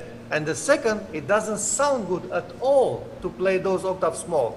Now, I'm trying to understand why would you choose to do it so short. And my answer, it will be a psychological one. Those octaves are very exposed and very difficult. So, you choose actually to to touch it a little bit and to run away because you are not very sure about them. Show me exactly the opposite, that you totally master those octaves, and not only that you can play them long, but you can vibrate them and sustain until the next octave. So these 3 octaves are now your objective. Então Yeah. ele falou o seguinte: na primeira versão, quando as oitavas estavam super curtas, não parecia que você era um violinista muito sério, porque isso está muito longe do que está escrito na partitura. Quando você toca do jeito que você tocou agora da última vez, aí sim, aí você é um violinista sério. E quando você toca muito curto, além de estar muito longe do que está escrito na partitura, não soa muito bem e não projeta muito quando você está no palco. Por isso também você precisa que essas notas sejam muito presentes e muito mais longas, né, completando o valor do que está escrito na partitura. E aí ele está pensando assim, por que será que você faz isso tão curto? Talvez fosse um recurso psicológico, medo das oitavas, então deixa eu sair delas logo. Né? Então agora tome riscos, faz o contrário e vai para as oitavas. Elas são seu objetivo agora nessa primeira frase. And Let's hear. Still alone. Yeah. Oh, okay.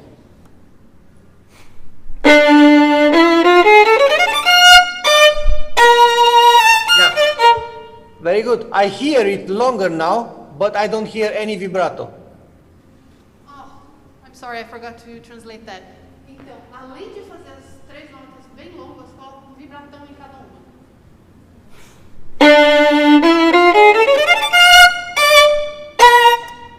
Yeah. Now you play vibrato, but they became short again. I want both.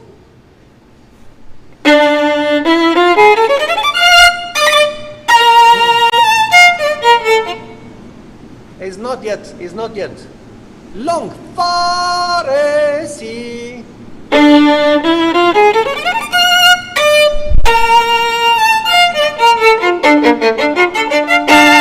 Yeah. This three note.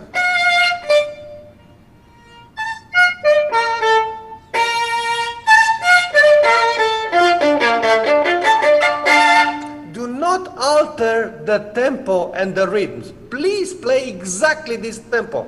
Tim pam pim pam pam pam pam pam ya pa pa pa pa pa pa pa pa pam. Yeah?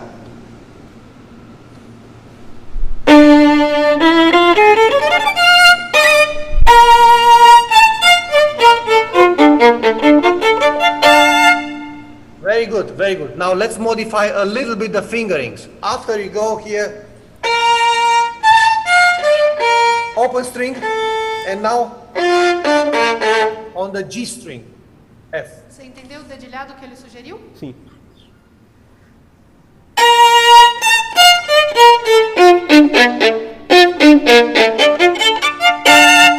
Yeah, and now not so separated, but no.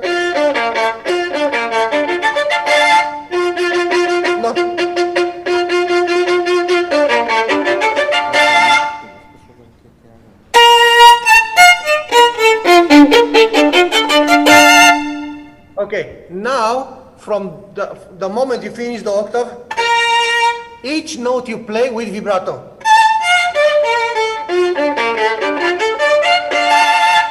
All the notes with vibrato.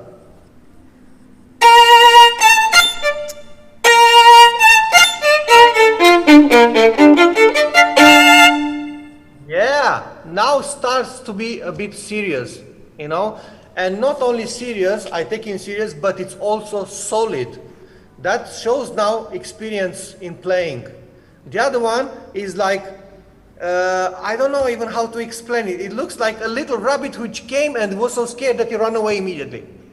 See, I had no rhythm, I had no heaviness, I had no solidity. It was all hidden. This is more exposed, but really expose yourself from the very beginning. One more suggestion with the beginning, with after the re. Try to retake a little bit. Yeah, not.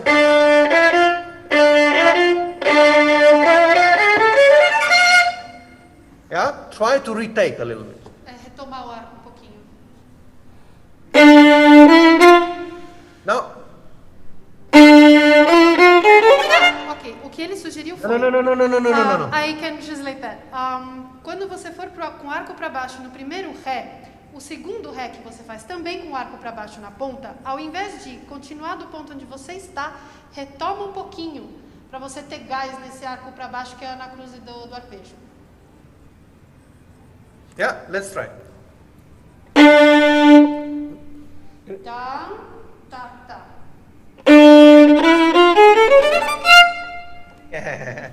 Yeah, look.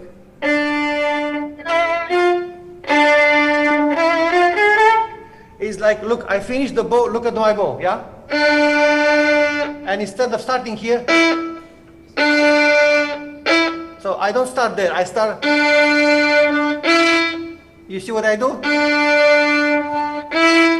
Ah, okay. So a little bit in the air, re, mi.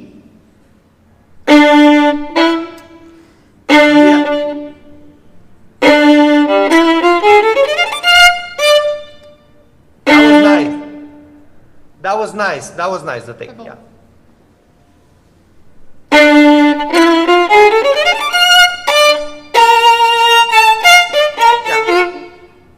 The moment you'll have these 3 octaves is like, yes, you'll have the first page, but right now they're not.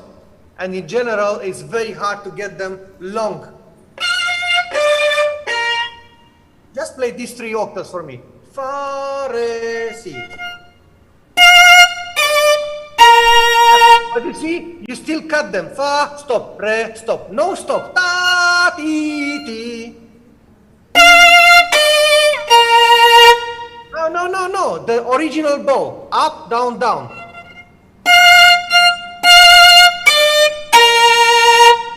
Yeah, and make them sound like they'll be up, down, up.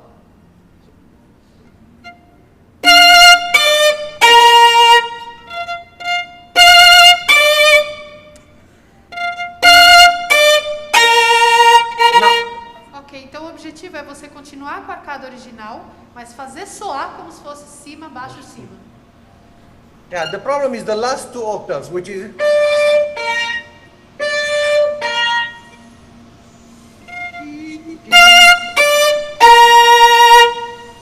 Longer the re, longer the re.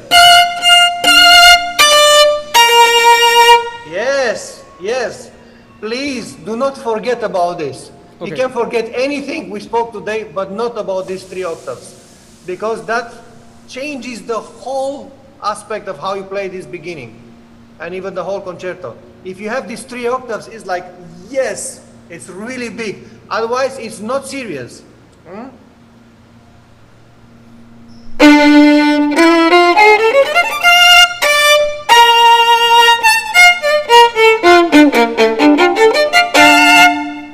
Bravo! Excellent.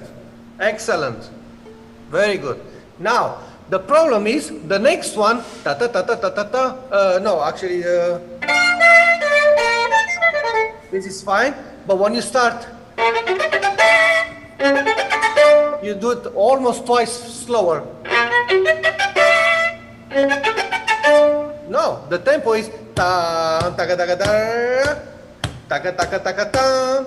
Taka taka taka ta, taka taka taka ta. So do not lose the tempo there. Yeah. Let's continue. I start in this part here. Yeah, start from the same and we go on.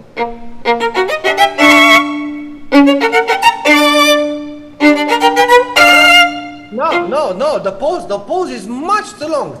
It's taka taka taka ta, taka taka taka ta, taka taka. You play taka taka taka ta. Taka taka taka ta, and it's like disconnected. No, it's absolutely almost no pause.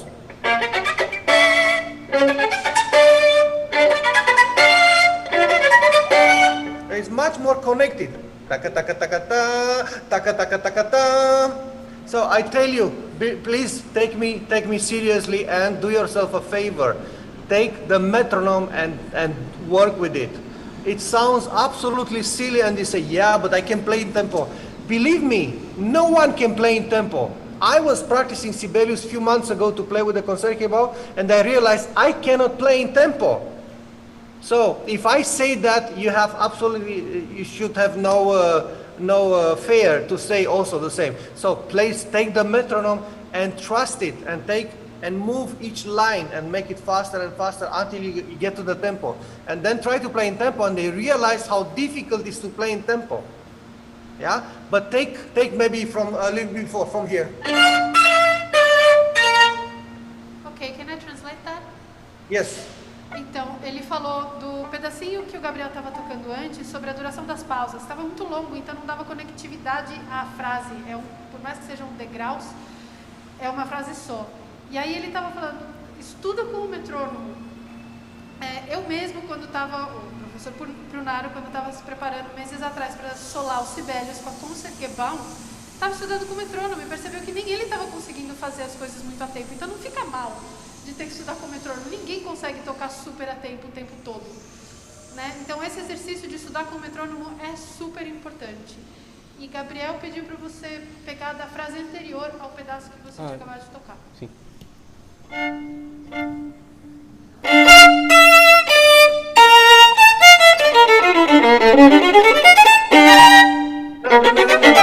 No. Sorry. Like with the metronome. Tam pim pam tam taka taka taka taka taka daga daga daga daga daga tin.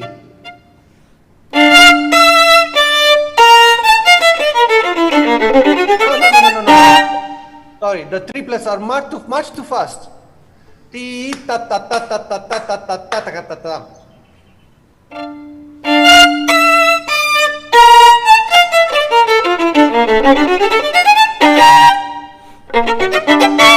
You see, you lost already. You lost from the after you finish the passage and you start taka taka taka ta. It was a whole pause out of tempo, totally out of tempo. Look, I'm going to beat ta Taca, taca, taca, ta. Yeah, one more time, one more time. Cuidado se você perder o pulso entre o final de uma passagem e o começo de outra. Então, quando você começa taca, taca, taca, tá, ali você passa a ser mais lento. Então, por isso que ele está pedindo para você vir tocando de antes, que é para manter o andamento do que vem antes até entrar nessa frase. E cuidado para não correr nas tercinas e semicolcheias.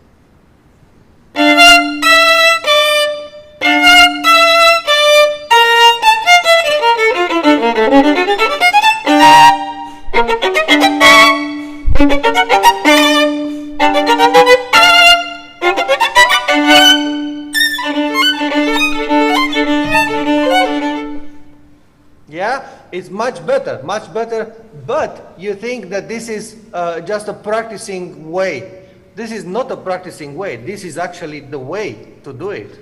Yeah, and now you have to play it the same way like you played before, totally involved, but in tempo. You think that playing in tempo, it's like boring and not interesting. It's totally wrong. It's totally wrong. Playing precisely and in tempo, exactly in passages like this, shows much deeper comprehension, understanding, and meaning, and it shows maturity. The other one shows me that absolutely not understanding. When you play it, but the triplets, ta ta ta ta ta ta ta ta ta, it's running every triplet. In fact, the definition of the triplet is to stabilize. You know, the triplet, the tripod is the structure the most stable, you know, in the whole geometry. You have two, it falls down. You have four, one of them can be out and it will still. But when you have three, it's not moving. It doesn't matter how it is, it's still there. Perfect. So please do not affect the triplets. The triplets are still affected. Now, when you arrive to this, can you vibrate the top note every time? La, fa, mi, do.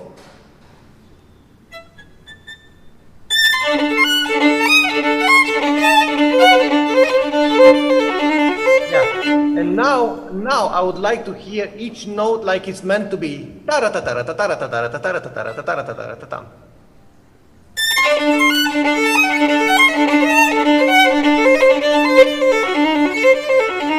it's not easy. It's not easy. It's a difficult passage. So take it really, really serious until it sounds complete. Which means each note, yeah, no doubles, no fast note, equal notes, and if you can vibrate that note, the top note, and make it, here comes that liberty which you can take. Take a little bit of time on it, so yeah, that I have time to hear, and not only hear, but also hear it vibrato. Can you vibrate all of them?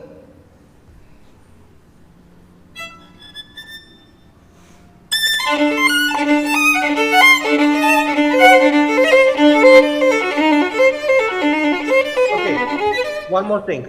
Let's try one more thing. When you play this, your bow is divided equally. It should not be. The division should be more.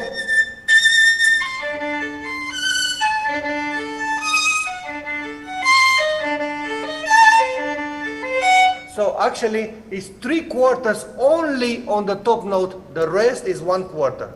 And again, 1/4 and the note, the top note, the whole bow. Can you do that one slowly? E aqui ele está falando de distribuição de arco, que se relaciona com o que ele disse antes, que é, nesse caso, dentro da precisão de pulso e da precisão rítmica, a nota mais aguda recebe um pelinho a mais de tempo. E agora ele está falando para prestar atenção na distribuição de arco. Nessas trocas de corda, o seu arco está distribuído de forma homogênea, e ele está dizendo melhor não fazer isso. Como a nota aguda ela é a mais importante, 3/4 do seu arco vão estar na corda Mi, e aí 1/4 do arco você vai dedicar para as cordas de baixo. E não esquece do vibrato sempre na corda aguda.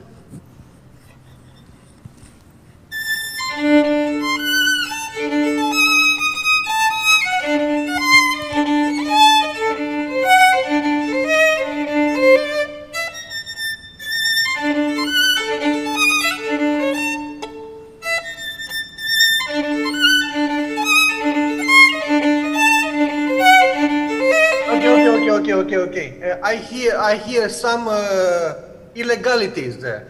Now give me an accent on the second note.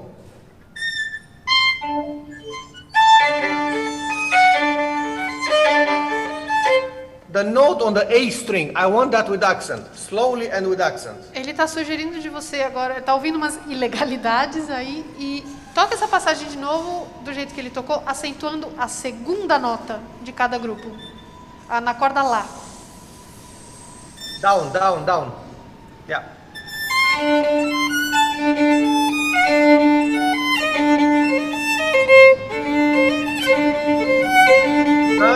No. I'm sorry, but the passage is totally in the fog. It's not practiced at all. You see, when I try to disassemble it, I see clearly that the pieces are not put together. So it's not clear here.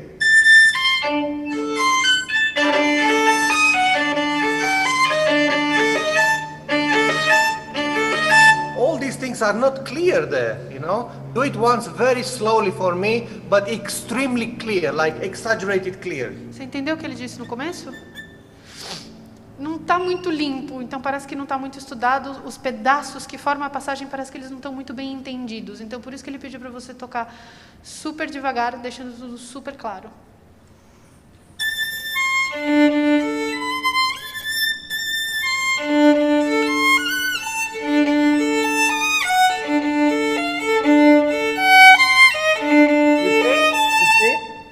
Sorry, but it's not right. It's not right. You have also bad fingering.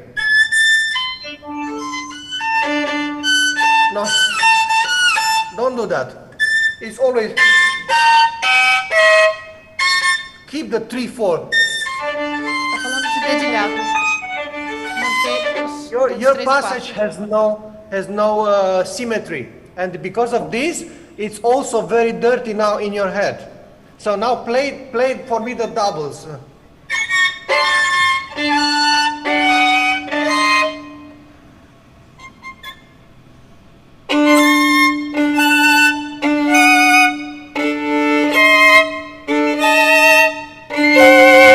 Yeah, and now?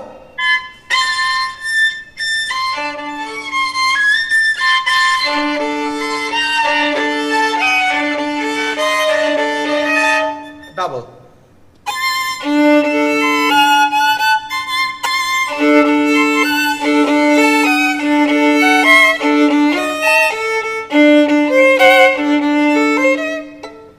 Yeah, one more time.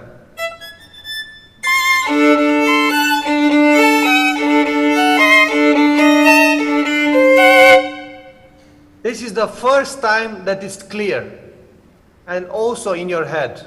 I feel now that you know. Before you didn't know. You played a little bit confused because it was not symmetrical. Now it's symmetrical. Now to make sure that it's even more symmetrical, play separate each note.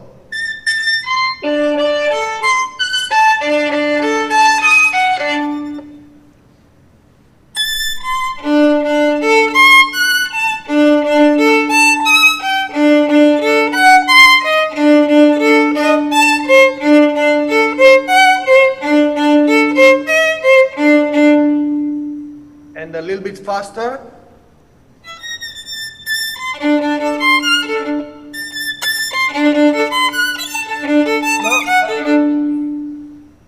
No. Try to understand the progression. How is the progression? You saw the top is repeating. That's not difficult. The difficulty is this is the difficulty. O difícil não são as notas agudas, é a nota do meio. Perdão? O difícil não são as notas agudas, é a nota do meio, a que ele faz com o primeiro dedo. Yeah, the first finger, that's the problem, the first finger.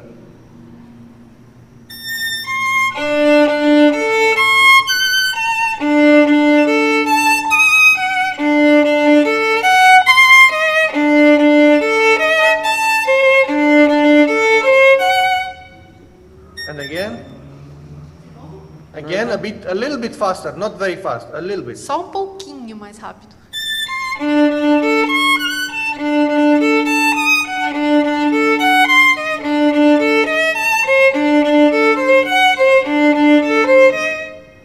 Yeah, careful with the first do. This one is a little bit sharp. Put it down. Cuidado com o primeiro do que você toca com o primeiro dedo, que está um pouquinho alto.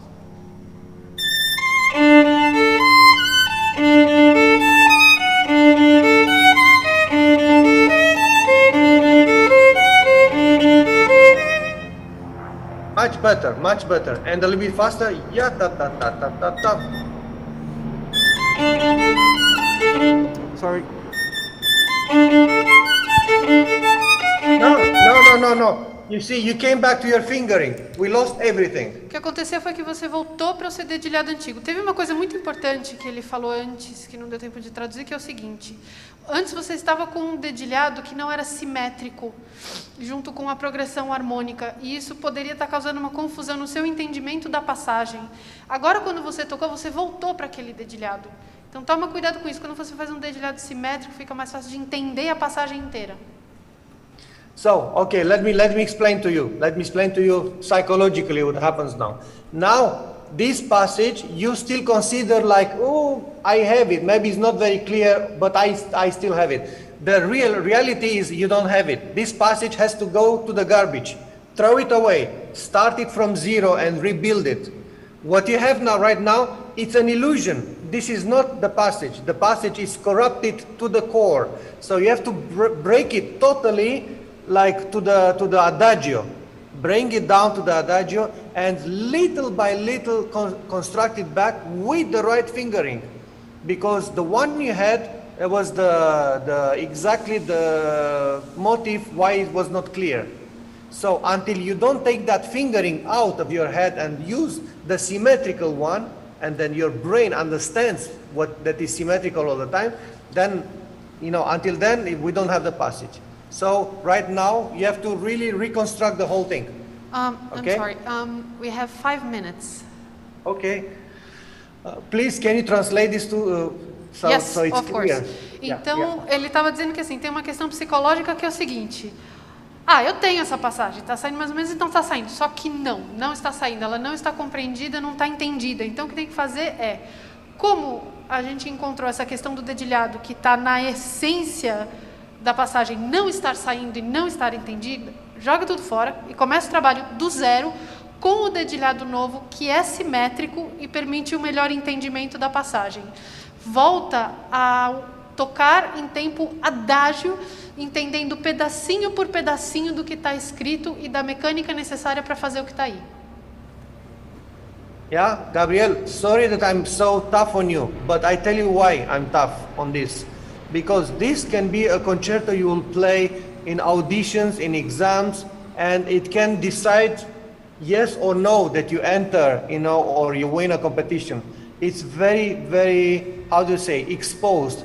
For example, if I hear this passage totally missed on the beginning of the concerto, if somebody plays this in a competition, for me that person is out of the competition. You understand? So, to put together beginning plus this and the next one and the next one, if I don't have, the audition is 2 minutes, we always listen like first 2-3 pages and that's it. If you miss, anything on the first page, for me it's a no-go. It's out totally of the competition. So it's very, very tough nowadays, and the competition is very, very high for every place, for every competition. So if you are not tough on yourself and if you let things like this happen, there's going to be a problem. So take it more serious now, before any situation like this, and prepare well. And I tell you, this is exactly the place which can decide if you pass or not. Yeah? You understand? Yes. Ele está dizendo o seguinte, desculpa que eu estou sendo super duro com você, mas é pelo seguinte motivo. Essa é a peça que as pessoas tocam em competições e audições de orquestra. E a competição, o nível das pessoas competindo é muito alto. Se você toca o começo de alguma coisa já de um jeito que está mais ou menos, se você levar essa concepção de pronto para uma competição, logo de cara você já é desclassificado. Então ele está falando para você aproveitar o momento de agora, quando você ainda não está nessas competições e concursos, quando você ainda está preparando essa peça, para realmente olhar e preparar da melhor maneira possível. Seja exigente consigo mesmo, não deixe as coisas passarem.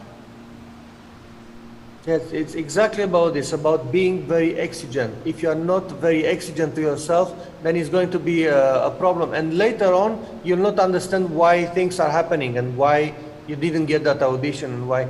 And now put aside audition or not audition. It's the beginning of the concerto. It's like your, visit card, your presentation. If you miss the presentation, how do you expect people to listen to your concerto until the end? Seriously, for me, the beginning, it's extremely important because that shows what's your approach, what's your opinion about the whole concerto. We always forget what happens in the middle, but we always remember the beginning and the end, of course. So I would say special attention, especially to this first page, which is extremely difficult. Extremely difficult. So take it with a lot of patience. Do it not 10 times, not 100 times, but thousands of times, clearly, and until your brain understands exactly every movement where it is. Okay? Okay. E aí, a parte a questão de competições e concursos, tem a questão da música, do palco. O começo do concerto é seu cartão de visitas, é quando você se apresenta para o seu público. E você quer se apresentar de forma que eles queiram ficar e ver qual é o resto da história que você tem para contar, o que mais você tem para dizer. Então, por isso que ser exigente consigo mesmo é tão importante também. Now, one more thing, last thing. I have to tell you why I'm so exigent, especially with you. I'm exigent in general when I see potential in people. When I see that is difficult for you or it's hard to continue from there, I don't insist so much. But you have incredible good hands. I see your preparation. Your hand is there. So you know a lot and you play very, very well. But you have to understand your head, what's happening there. So I would insist in practicing your head. Practice, I even suggest, my students are doing it all the time, practice without the violin. Go on the street or sit down on the bench and close your eyes and imagine that you see yourself playing without even doing the movements. Just stay like that. And imagine like you see a movie, you playing. And then you correct and you put yourself the hands and you understand each process. Please do it. It's incredible the benefits of this way of practicing. Now, not many people do it because they don't believe in it. It's like when you don't see something, you don't touch it, you don't believe in it. But this is how this works. Right now you're practicing your hands and that can go until a certain level, but there's a moment you have to start practicing your head, and that's without the instrument. You have a lot of potential and you can play extremely well. That's why I'm so demanding on you. You understand? Yes. So I wish you lots of luck and lots of patience in the practicing and understanding what you're doing, and then it will go so well, believe me. Yes, thank you. Então, Okay? Ele disse que está sendo muito exigente com o Gabriel também, porque ele vê muito potencial. Sua mão está no lugar, ele vê muito potencial. E além de estudar com o violino na mão, não essa passagem e esse começo, não apenas dezenas ou centenas de vezes, mas milhares de vezes, a gente precisa estudar não só o corpo, mas a mente também. E um jeito de estudar, que ele fala para todos os alunos dele fazerem, que faz muito efeito, é o estudo mental. Você se visualizar tocando o seu repertório. E isso é feito sem o instrumento na mão. E ele fala que essa preparação mental é importantíssima e faz parte também. Tem muita gente que não faz porque não acredita, mas isso é muito efetivo e é necessário preparar a mente também. So, bravo, really good, and I wish you lots of luck for the future. Thank you.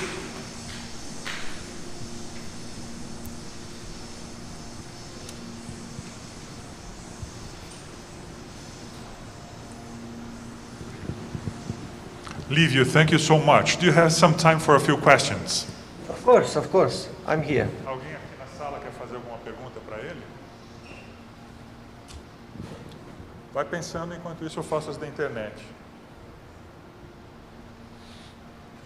Okay, some people have sent by email or in the chat. First question from Eda. Como foi a transição de não ter mais aulas de violino e se tornar professor de si mesmo? Someone asked, how was the decision of stopping having violin lessons and decide to become a teacher of yourself? I'm not sure I understand very well the question, because one never stops learning. I learn every day. I'll just check because I was distracted with the microphone stuff. Okay.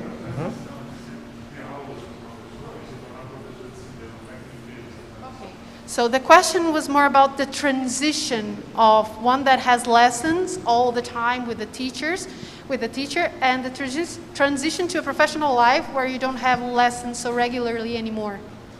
Oh, that's a very, very good question and very tough, very tough. The transition is always tough. So now it's related always to how lucky you were about your teacher. Because some teachers make you dependent on them, some teachers teach you how to fly on your own. That's the whole difference. That's the whole difference. So in general, I spend a lot of time. My students know, and they hate it on the beginning, because for months, for half a year, they don't touch one note of a piece or a concerto or anything. We study technique and we study this. We study this. So my whole money is on learning how to study. Because a piece, anybody can learn a piece and anybody can play a piece and anybody can do a piece. But how to study effectively and how to be able to find answers to the solutions alone, that's where I spend the most time. And we do a lot, and it's a lot of understanding. It's a whole process.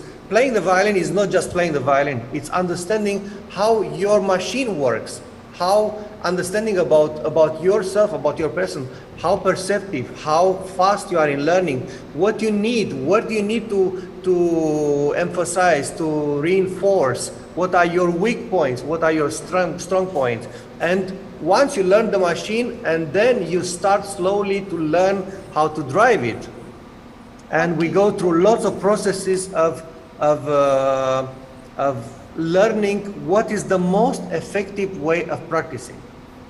Então ele falou que assim, o tipo de professor que você tem quando você está na fase de formação é fundamental para essa transição, porque tem professores que tornam os alunos dependentes do professor e tem professores que ensinam os alunos a voarem sozinhos. Então ele falou que os alunos dele até detestam, porque eles ficam 6 meses só estudando técnica e aprendendo como funciona a mente. Eles só vão tocar uma nota de repertório, sei lá, meses depois. E oh my God, you said so many important things and I forgot. A coisa mais importante para ele é aprender a estudar, porque aprender uma peça, muita gente pode aprender. Agora, aprender como funciona a máquina de si mesmo, quais são as suas necessidades, qual a velocidade que você tem para aprender alguma coisa, quais são os meios que você tem para aprender alguma coisa, o que funciona para você, o que é que não, quais são os seus pontos fortes e os seus pontos fracos, para você aprender a si mesmo e a estudar, são a coisa mais importante de se aprender. E é isso que ele busca ensinar para os alunos dele. I guess it was it. Okay, there's another question by Éder, uma pergunta do Éder Júnior.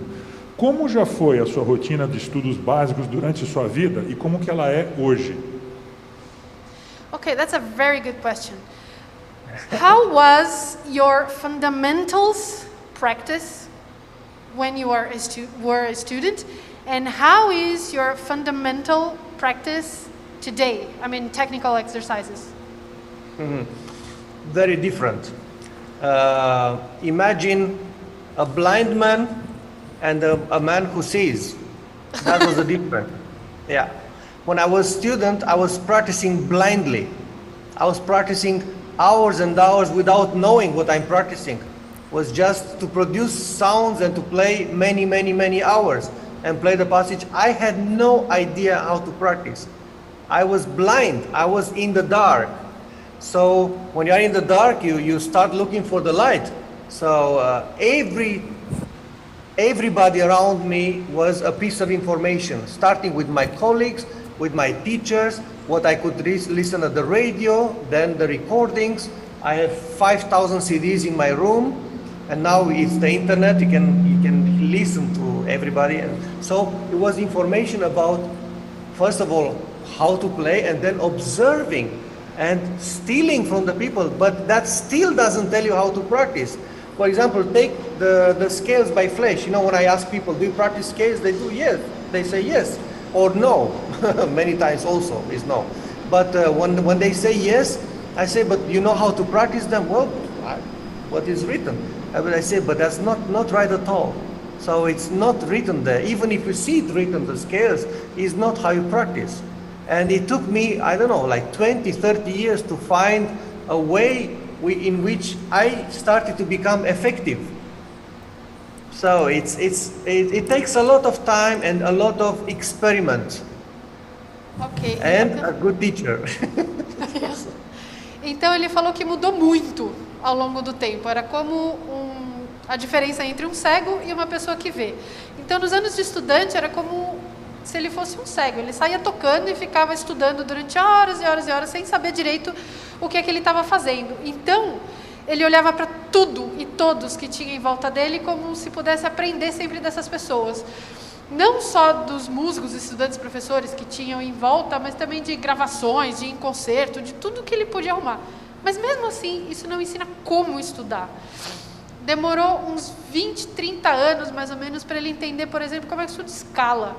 Você pode abrir o livro do Flash e fazer o livro do Flash, mas aquilo não é como se estuda, né? Então, aprender como estudar mudou o jeito que ele estuda. It's not easy to this. It will take a lot of time to explain, you know, what I found in all these years. So it's impossible to say in a few words. E aí demora muito para explicar tudo que ele aprendeu ao longo desses anos. Não daria para ele contar aqui. I have a question about that. Okay, when Yes, you do please. scales, where is your attention? Everywhere. Okay. When you do scales, it's like you are a director, which is on top of the usine, on top of the place, you know, and then you look at 100 workers and you control in the same time the relaxation, the sound, the intonation, the rhythm, the synchronization, the speeds of the movements, the precision of the movements, the percentage of missing, and it's a whole planning. So actually the person who practices an instrument has to include inside around 50 other persons. Eu perguntei aonde está a atenção dele quando ele está estudando escalas, né, relacionado à pergunta anterior. Ele falou, está em todos os lugares. É como se você estivesse olhando de cima uma sala onde tem umas 50 pessoas trabalhando e você tem que coordenar cada uma delas. Então você presta atenção no ritmo, na qualidade de som, na qualidade da sua mobilidade, a porcentagem de erros que você fez, como você está se sentindo, como se ao estudar você não fosse uma pessoa, mas 50. Yeah. Eu acho que a gente só tem tempo para essas perguntas hoje.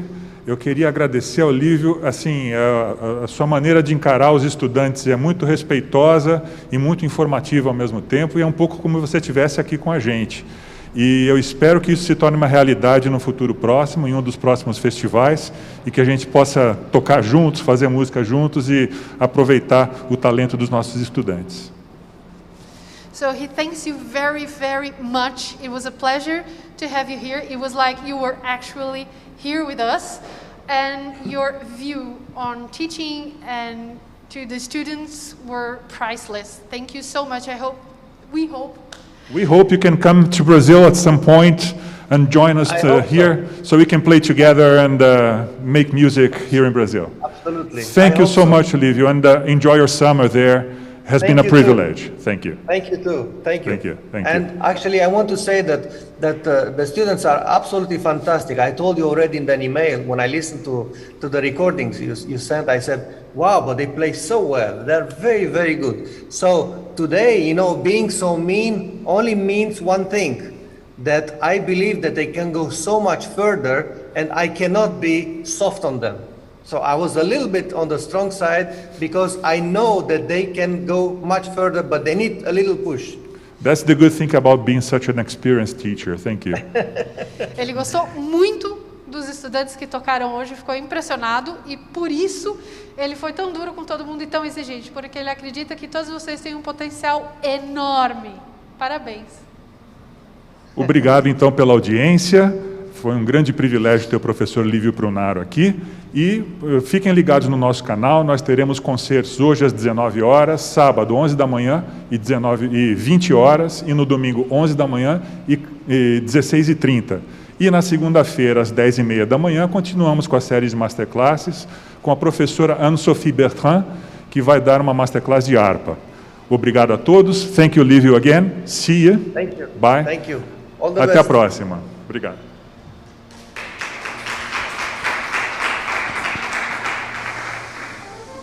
Helena, obrigado. Oi? Imagina. Fiquei desesperado para terminar. Eu não te agradeci, não agradeci a Cecília de novo.